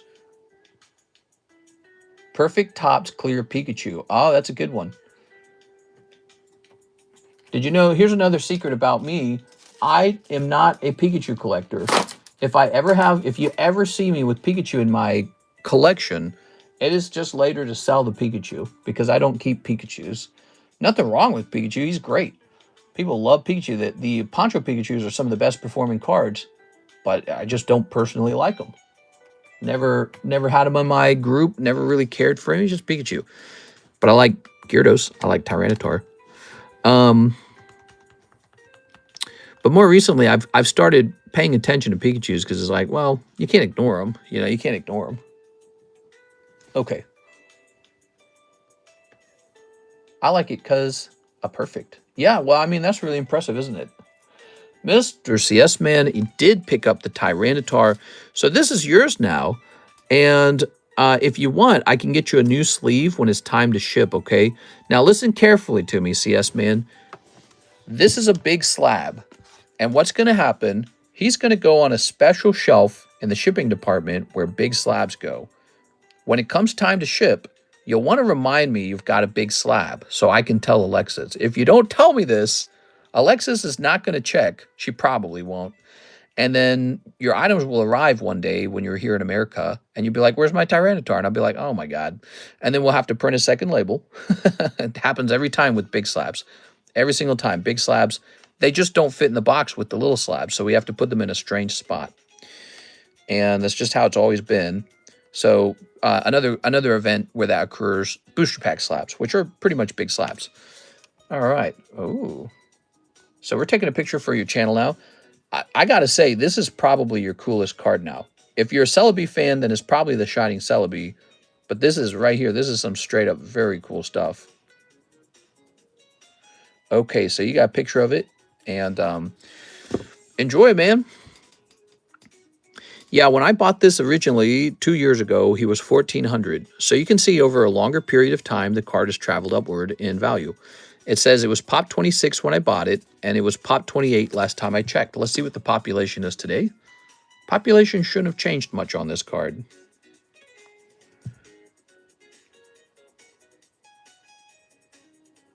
Population 30. So today he's population 30, and he's a box topper for the Expedition Booster Box.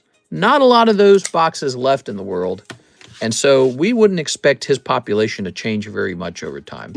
Probably going to be stuck. Maybe it caps at like 34 or 35. So you got like a genuinely very rare card. Like even the Shining Celebi is going to be pop like 300 or something like that, which is pretty low. Pop 30 is shockingly low. So you got a truly rare card now. How nice is that? Can you take a picture with the other Tyranitar I got earlier today? You bought a Tyranitar earlier today? I'm trying to remember what you're talking about. Is it in this pile still? Or did it get moved off to shipping? Oh, yeah, here it is. You like Tyranitar? I'm actually a big Tyranitar fan. We are. Okay.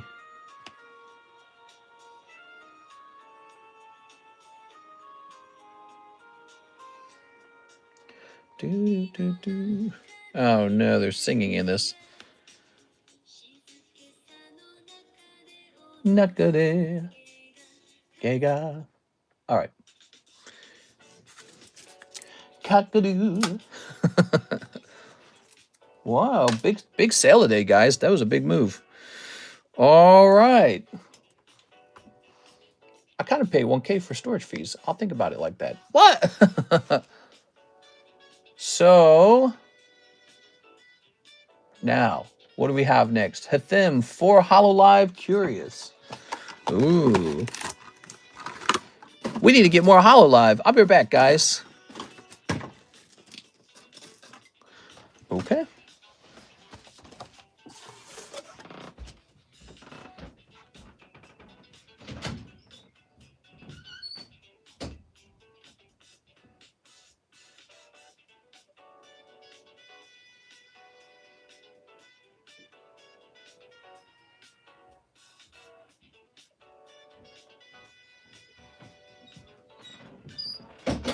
You know, if you guys really appreciate the girl cards, I will say Sneaker Bunko Volume 2 is a brand new case. Sneaker Bunko Volume 2 on the menu. Brand new case. Okay. All right, chat. Who's here at Gooner? There it is. There we go. Mr. doesn't like to be asked how he's doing. Hey, what's up, Mr. Smokey? It's kind of a sad day with all the bad political news. So I'd say kind of feeling a little, maybe a little numb or something. Bitter. Frustrated. You are? Yeah, I don't like all the stuff I heard just happened. It was pretty bad. It is. I watched a guy get shot. This kind of messes you up for a little while. All right. Mr. told us about his dark gooning history. right before the shooting, someone in chat said they won almost 1 million in casino. Why's that? What happened? Mr. Waldbeer, you're in Germany, so you might not have caught this news. Probably one of the most prominent speakers for one of the political parties here in the United States. He just got assassinated, so it's all over our news right now. And he was assassinated on live TV at a school campus where he was hosting like a debate where you could come up and debate with him. And so he was assassinated on live television, and it's super recorded and on the internet. A really awful thing. We are. Ooh. And it makes the political tone in the country really harsh. We are. Puts everyone on edge in a bad way. We are. All right. Oh. You were surfing X. Oh, yes. X is very dark. I stay away from X, but on a day like today, I scrolled through it. X is, it's a rough place, man. Mr. Only likes the ice cream Pokemon. Oh, yeah, ice cream Pokemon. He probably tastes delicious. All right. So there we have it, Mr. Athim, 4 of the HoloLive Curious. Thank you. Did you see about the UFO being shot by a missile? Wasn't the news story on that one that it, like, literally the missile bounced off of it or something like that? Can't imagine his wife. I heard she was at the event. X effed up my brain. Oh, man. Yeah, I don't spend much time over there at all. I actually avoid... is this really for sale? I guess this is for sale, guys. I just placed this on the table, so there's a nice gym break. Yeah, X... when X came out and you were allowed to say most things, and I started scrolling X at some point, and there was like some gore on it, I just kind of ruled it out. I stopped going there entirely. X is not part of my rotation. I check Instagram, Facebook, and TikTok, and YouTube Shorts is something that Kirsten and I will watch during dinner time. So we don't watch as many YouTube videos anymore because when you try to watch a YouTube video, they try to make you watch like so many ads. So nowadays I just kind of head toward the shorts, which are pretty good. And yeah, that's kind of what we do. That's our routine. So I especially spend a lot of time on TikTok and YouTube, and I don't go to X at all. People on TikTok were also laughing that he passed. The Celebi is more expensive, but I think the Tyranitar is my favorite. Large-sized and rare. Yeah, it's a card. Well, you know, I think it's a card a lot of people forget about. They don't think to go looking for that one. So it's a very cool card, man. Very cool card. Do you have an Ammonite? I've sold a lot of Ammonites over time, but I don't think I have one right now. I'd lean liberal, but damn, you just feel that for the family of the man, violence should have no place in our society. May peace and love reign over the darkness. Yeah, exactly. Exactly. People kind of jumped on it and tried to politicize it, and it's like, there's no way to easily politicize this one. It's too dark. The recording is the recording of what happened is too dark and gruesome. There's no way to win this politically. It really is no way. And the people who are cheering about it and dancing on TikTok are just like paving the way for the Democrats to lose the midterm. It's like they don't even understand maybe how much political damage they're doing to themselves. That's why during the daytime stream, when I was analyzing it, I was saying this is going to cause a rift on the other side where you're going to have to pick what side of the party you're on within your own party. Like, are you on the celebrate it party side of the party or the condemn it side of the party? And so, you know, my brain tells me it's like it's going to be a very severe branding problem for the Democrat Party over the years. And then, of course, you have the centrist voters. That's really where the political battleground is with the swing voters. And they're going to be very squeamish now. But, yeah, I guess when it happened at first, I was, like, shocked. Like, I could barely – I don't think I'd processed it. We went live, and I hadn't really thought too much about it. I didn't have a chance to, like, think about how I felt about it. So I was just talking about it like it was a game of chess.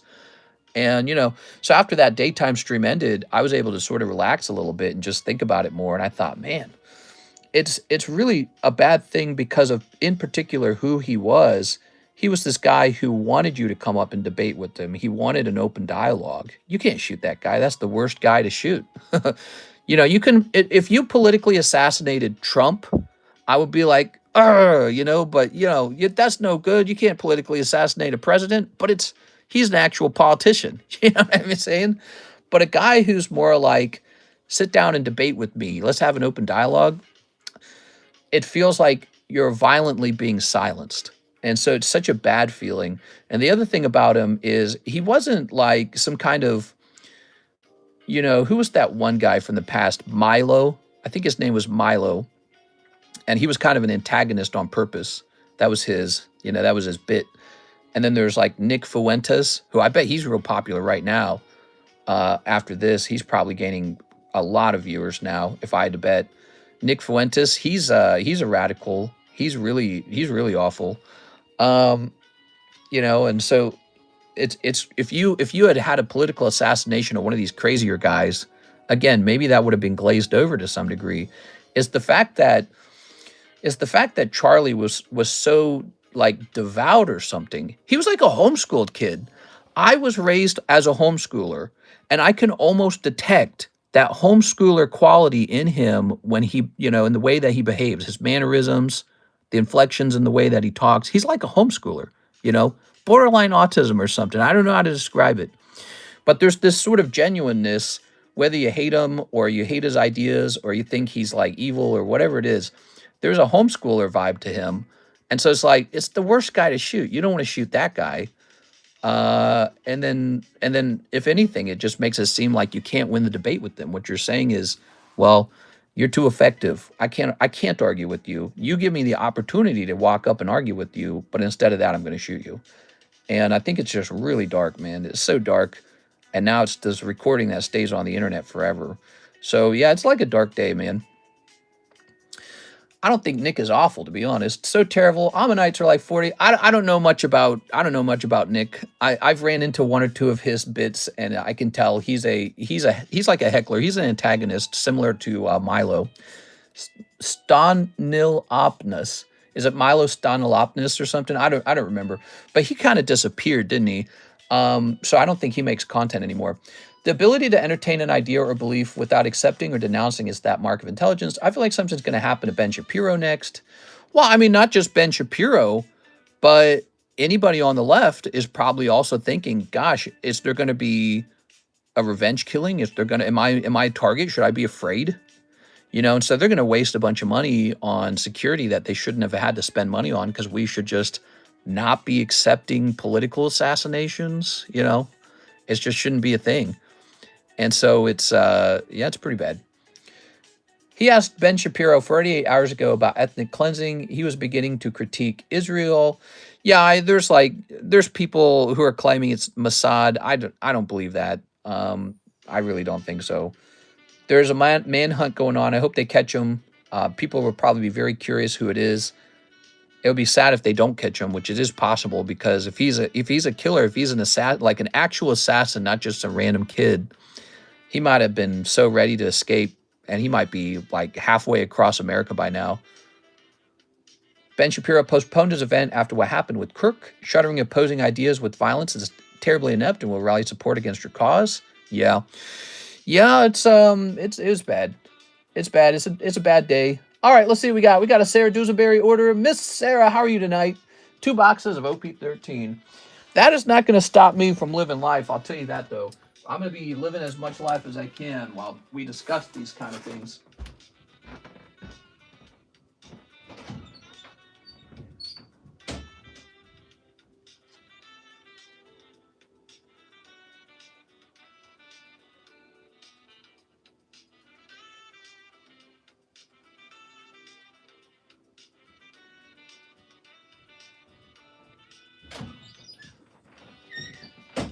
Oh, yeah, here we are. Very nice.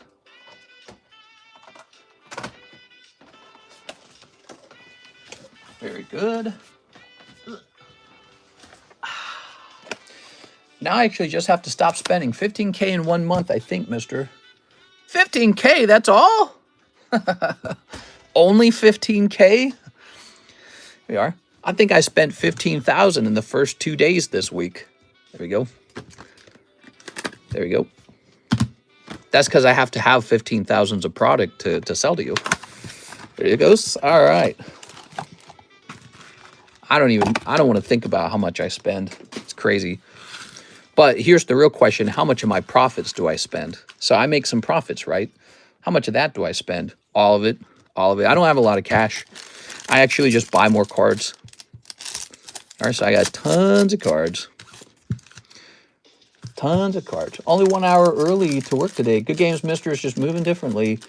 That's way more than my paycheck. Here we are. I think that I've had like a snowball effect. Think of it like this. That Tyranitar that I just sold you, he was a long time ago, he was just 1.4. And so now that he's sold for like 3.4, there's like a $2,000 gain in there, minus taxes, minus processing fees. So it's not truly 2,000. It's more like, I don't know, it might be like 1.6, 1.7. That occurs like a snowball for me because all these cards keep going up. I just roll that into more Pokemon. We are. All right. As long as Pokemon keeps going up, it just gets crazier and crazier for me. If it goes down, I'm going to be sad, though. But it will go down one day. I don't know when, but it'll go down. Actually, if you look at the gains on Pokemon versus the S&P 500, it's so severe how much better Pokemon has performed. If Pokemon, like all the prices cut in half, literally, they'd still be beating the S&P 500 if they all cut in half. Now, of course, if Pokemon card prices cut in half, there will probably, at this point, there will probably be a shopping spree. Some people, I think, are wondering, oh, when's the bubble going to pop? I don't think the bubble pops this time because bubble already popped before. The bubble popped at the start of the Scarlet Violet era. The bubble popped right then. That's what happened. The sets did poorly. People started dumping their slabs. They got nervous. Slab prices fell. Singles fell. Everyone's talking about how Pokemon's doing so bad. And there was a real price drop for like 2 full years. It seemed awful. Now that cards have done this, people are going to look at the next bubble pop in a totally different point of view. Next time cards drop again, people are going to be like, they're on sale. So if that happens at all, which I don't think it will happen very quickly, it will take something serious to cause that. Oh, look at that. It will take something serious. You got the vampire girl. What is she? I don't know what she is. Is she a succubus? Of course, I stopped caring when the bubble popped. I would have spent so much then too. Yeah, I mean, I wasn't buying as much during the bubble pop either. But here's what I wasn't doing. I wasn't getting rid of all my best slabs. And I was tracking them, and I was still adding stuff to my my hoard. I just wasn't buying as much. Like if we could go through all my sales, my purchases through 2023, 2024, you will see I'm still picking up here and there really high quality rare slabs. And you can see that I'm also picking up like more inventory that I need to buy. Like I bought a whole bunch of 151 super premium collections because I like those. And yeah, you just saw me stockpiling stuff, just not as aggressively as the previous years, especially with some of the base sets or similar sets from Scarlet Violet, because I didn't think they were very good. Like I did not stock up a ton of Obsidian Flame because at the time it wasn't clear that Obsidian Flame would be any good. So I was like, I'll ignore that. Here we are. And I did liquidate some slabs, and I regret the ones that I sold. Should have just held them. Easy. Here we are. Seeing you open packs like that makes me miss the snipe sound you do for some of your shorts. I still snipe. I still do. I don't snip 100% of the time. Look at this. Look at that. Oh, yeah. I haven't made too many shorts lately. Mike's Eye's been making the shorts. I'm keeping all my slabs. Yeah, so I think that you're going to see prices bounce upward and actually stay there for a while, because I think this time when the market does bad, no one's going to really care this time. It's just, unless something really bad happens, like the stock market tumbles real bad, if the crypto market stumbles real bad, if Pokemon goes out of business, like the game won't sell real bad, something like that could trigger a sort of like lack of faith in the product. Other possibilities, Pokemon's competitors sort of edge it out. Maybe like Magic the Gathering gains significant support over time. Maybe Weiss Schwartz, maybe a brand new game like Power World comes along and it actually truly outperforms Pokemon and it's in the similar category.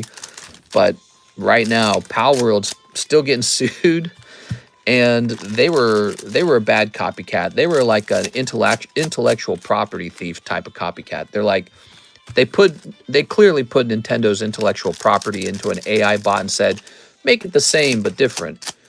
And so that they have a problem on their shoulders with that, holding them back. Pal World does. Plus, I never even hear about that anymore. I rarely hear about Pal World, so I don't even think many people are playing it anymore. They just don't have, like, probably the infrastructure and the money to keep it all running at the same quality. I think they're, if I had to bet, they're probably trying to reinvent themselves a little bit to avoid these lawsuits too. So it's a very sort of avalanche of problems situation for them, I'm betting. All right, here goes. Box number 2, Miss Sarah. All right. So we've got, how do you give it to me? Are you talking about how do we ship these cards? If you're international, I am an expert in international shipping. All I need is your phone number and address, and then we'll work out the price of the shipping, okay? I get that shot at Fable promo Kingdra PSA 10 from Mr. I'm surprised that it went up. Yeah. I've helped a lot of people get slabs over the years, and now I imagine anyone who bought a lot of slabs with me and was too lazy to sell them or didn't want to sell them is now looking at them a second time going, oh my God, these are doing so freaking well. The shipping is done well and secure. Mister, can I get that $700 pack art for the memories? The $700 pack cards. I'll say okay, yeah. We are? Okay. You're talking about this. The only problem is it's probably not going to show up in very good condition when I put it in this bag, okay? All right. Let's see. Holy you deep in CS. Did you see that EG sticker price? The Chinese pump and dump is working. Doo-ba-doo-doo. There's a lot of, here's another thing that I thought about with Pokemon cards. Back in the day, before I really got into Pokemon card investing, back in the day, I was researching gold coin investing and baseball card investing. I did not watch sports, but I was interested in investing in sports cards because I liked the concept of them as an alternative investment. And at that point, I was learning about like PSA grading and NGC coin grading. So I was learning about those things at the time. And it was really interesting because what I discovered was that there was like these firms that track like baseball card prices, and they get paid to help people invest in like baseball cards. And I thought, wow, all this infrastructure just for investing in sports cards. And so at the same time, this was around the time that Mary gave me $100 and told me to open up some Pokemon. Now, that's not a mistake that she did that. You know, the reason that happened was because I, of course, was talking about wanting to invest, and she probably heard me talking about Pokemon cards a little bit and said, hey, I love Pokemon cards. You should open this. So that's what happened a long time ago. Mary gave me $100. I was on the TheCardconomist channel, not the Cardconomist, the TheCardconomist. And Mary slipped me like a $100 donation while we were playing Monster Hunter and said, you have to use that on Pokemon. So, you know, I'm doing all this research. I started opening Pokemon. I remember how much I loved it as a kid and how beautiful it is. And I bought a PSA 9 first edition holographic Dark Hypno. Hey, there you go. Double hitbox. Double hitbox. All right. Very good. Ta-da. Any movement on 151 Surprise? We're waiting for more people to join. We got Andrew A. Martin. He's the latest one on spot number 6. I'd love to see this go off, guys. This 151 Surprise case break. You know that'd be really special to open together as a case break, right? Think of it. Think of the footage if we pull the Gengar. It's going to be exciting. Jump in there if you dare. If you don't dare, that's okay. We'll just leave it. All right. Okay, let me toss this up here. Good. Now we've got, hope you guys are having a great time in the stream, by the way. If you haven't done so, consider smashing that subscribe button, because when we go live, you'll get a notification from YouTube so that you can come over here and hang out and talk, and we'll talk about anything you want to talk. You'll notice we'll talk about controversial subjects in this stream. We're not afraid to talk about anything and everything, just to have some kind of social conversation, you know? So we talk about anything and everything. And we especially talk about the card market, card investing. I have a lot of experience to share with you. Even just hearing my language about the cards might, you know, turn something on in your brain, make things click in your brain and go, oh yeah, that's an interesting way to frame card collecting. So you know, if you're hanging out here, you're hanging out with a good group of people. Some of the people here have hung out for 6 years. So you're hanging out with a really consistent group of people. Sarah. All right, Miss Sarah Dusenberry. That's my pitch. How did it go? Mister, I want you to hit 100K.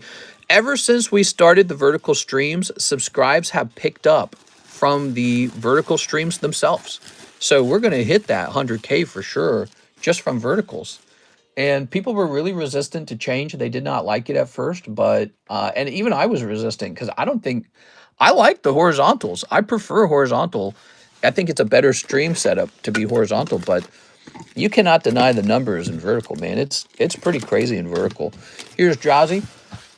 Sup, CS man, we saw the new Conjuring. How is it? Your InVen is 20K on CS Inventory Tracker. Thanks, bro. I want to get the M1 soon. My FT is mid-float. What are we talking about? Let me have a sip.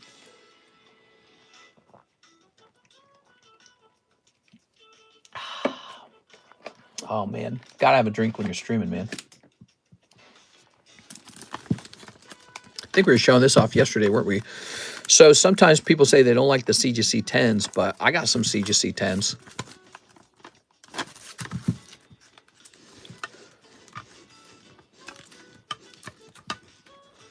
Pretty cool, huh? I think CGC 10s could be improved by CGC, though. They ought to offer a buyback program. CGC should say, if your CGC 10 looks really bad, let us buy it from you. Downgrade it into a 9 and pay you the difference. Ooh. I love horror movies. Buff doesn't work anymore unless you're in China. Have you been to China, CS Men? Tell us about China. I've never been there. I hear China's pretty cool. I like Hong Kong. In Hong Kong, the taxes is 15%. I'm so impressed by that. I'm shocked and surprised when I hear that Hong Kong has a better tax bracket than my own country of the United States that prides itself on freedom and low taxes. That makes me go, man, I need to move to Hong Kong. All right. Would they even accept me? Would they be like, nah, not you. Not some gross guy from the West.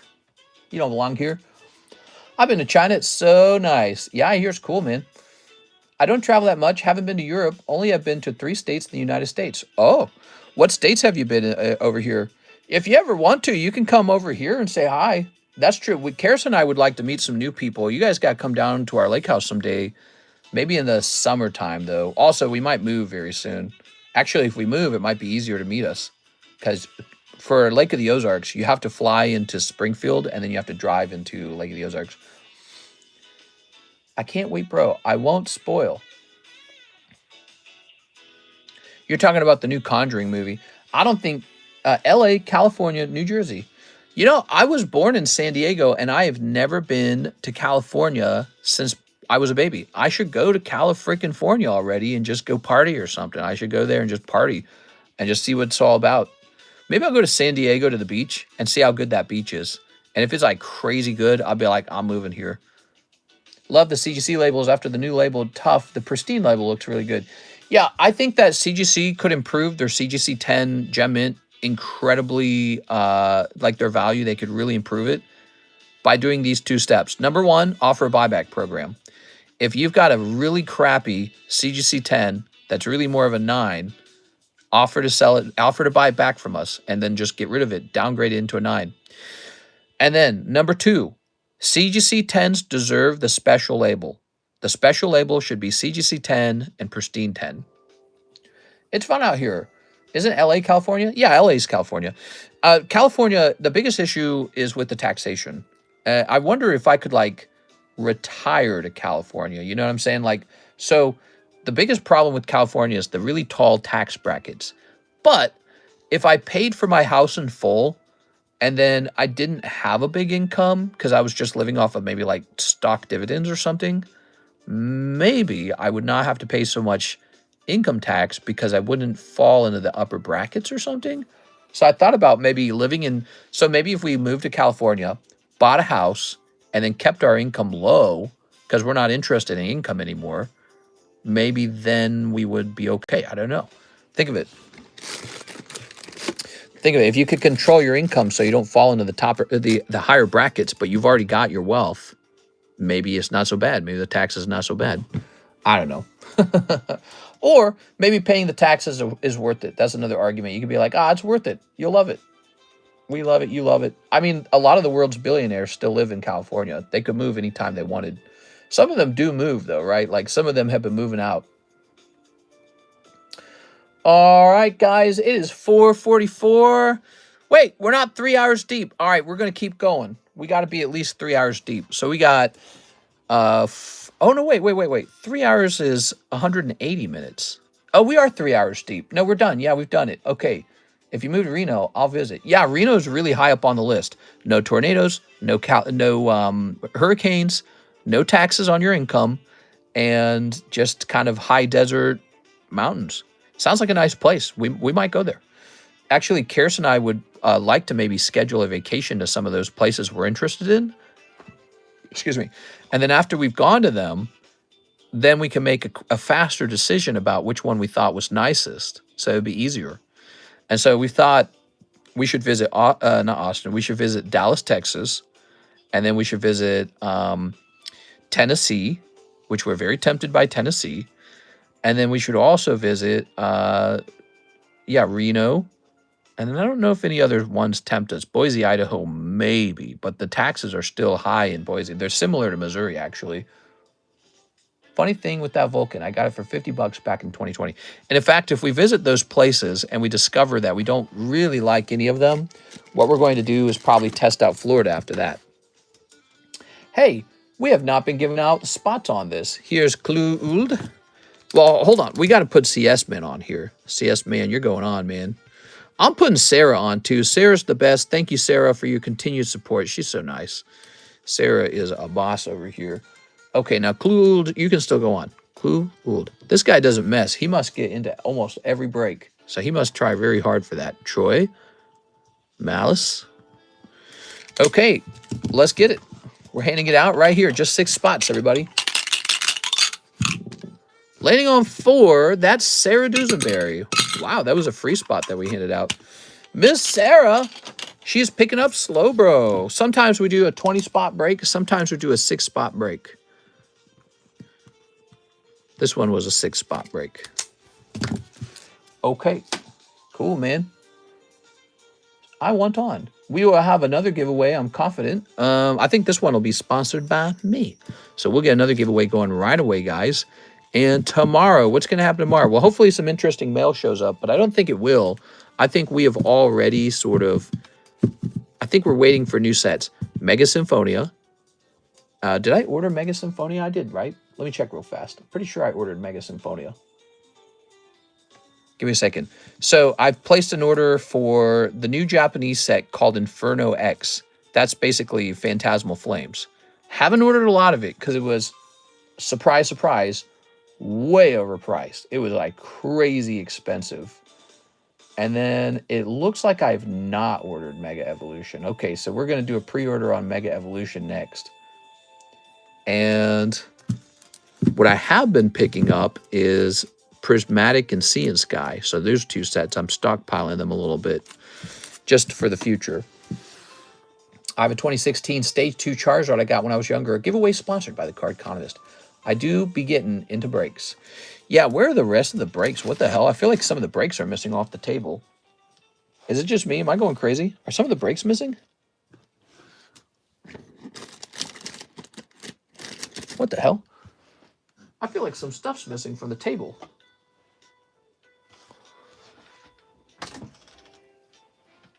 Am I going crazy? Oh, there they are. There they are. How do they get down here?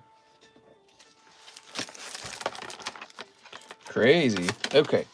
That's crazy, bro. Here they are. All right, there we go. That's that Master Ball Gengar. I think he's really good. Cloud, he's cool. Oh, there we go. We got that 100K giveaway. I'm going to put you on here a second time, CS Man. The 100K giveaway. 8 CS Man. Maybe the next spot in here will be handed out to the audience, okay? Cool, man. There's that Topps bird. I was showing you guys how I owned one of these, and I was offering one as a break because I think it's such a cool card. But I don't know. No one else seems to agree. Maybe I'll just take them back. So, guys, I'm hopping off. What a special night. Thank you, CS Men, for the big order. I hope you enjoy your box topper. I think you got it pretty close to what you would have paid on eBay anyways. But it's a little bit over. But I appreciate the orders, and you got a nice one. It looks really good. I saw the back of it. It looked very clean on the back, so that's good. I'm hopping off, guys. I'll be back on for the Thursday daytime stream. You better believe it, because I love Thursdays. Thursdays and Fridays are my favorite days of the week, okay? I'll see you there. You guys have a nice night. Good night, everybody.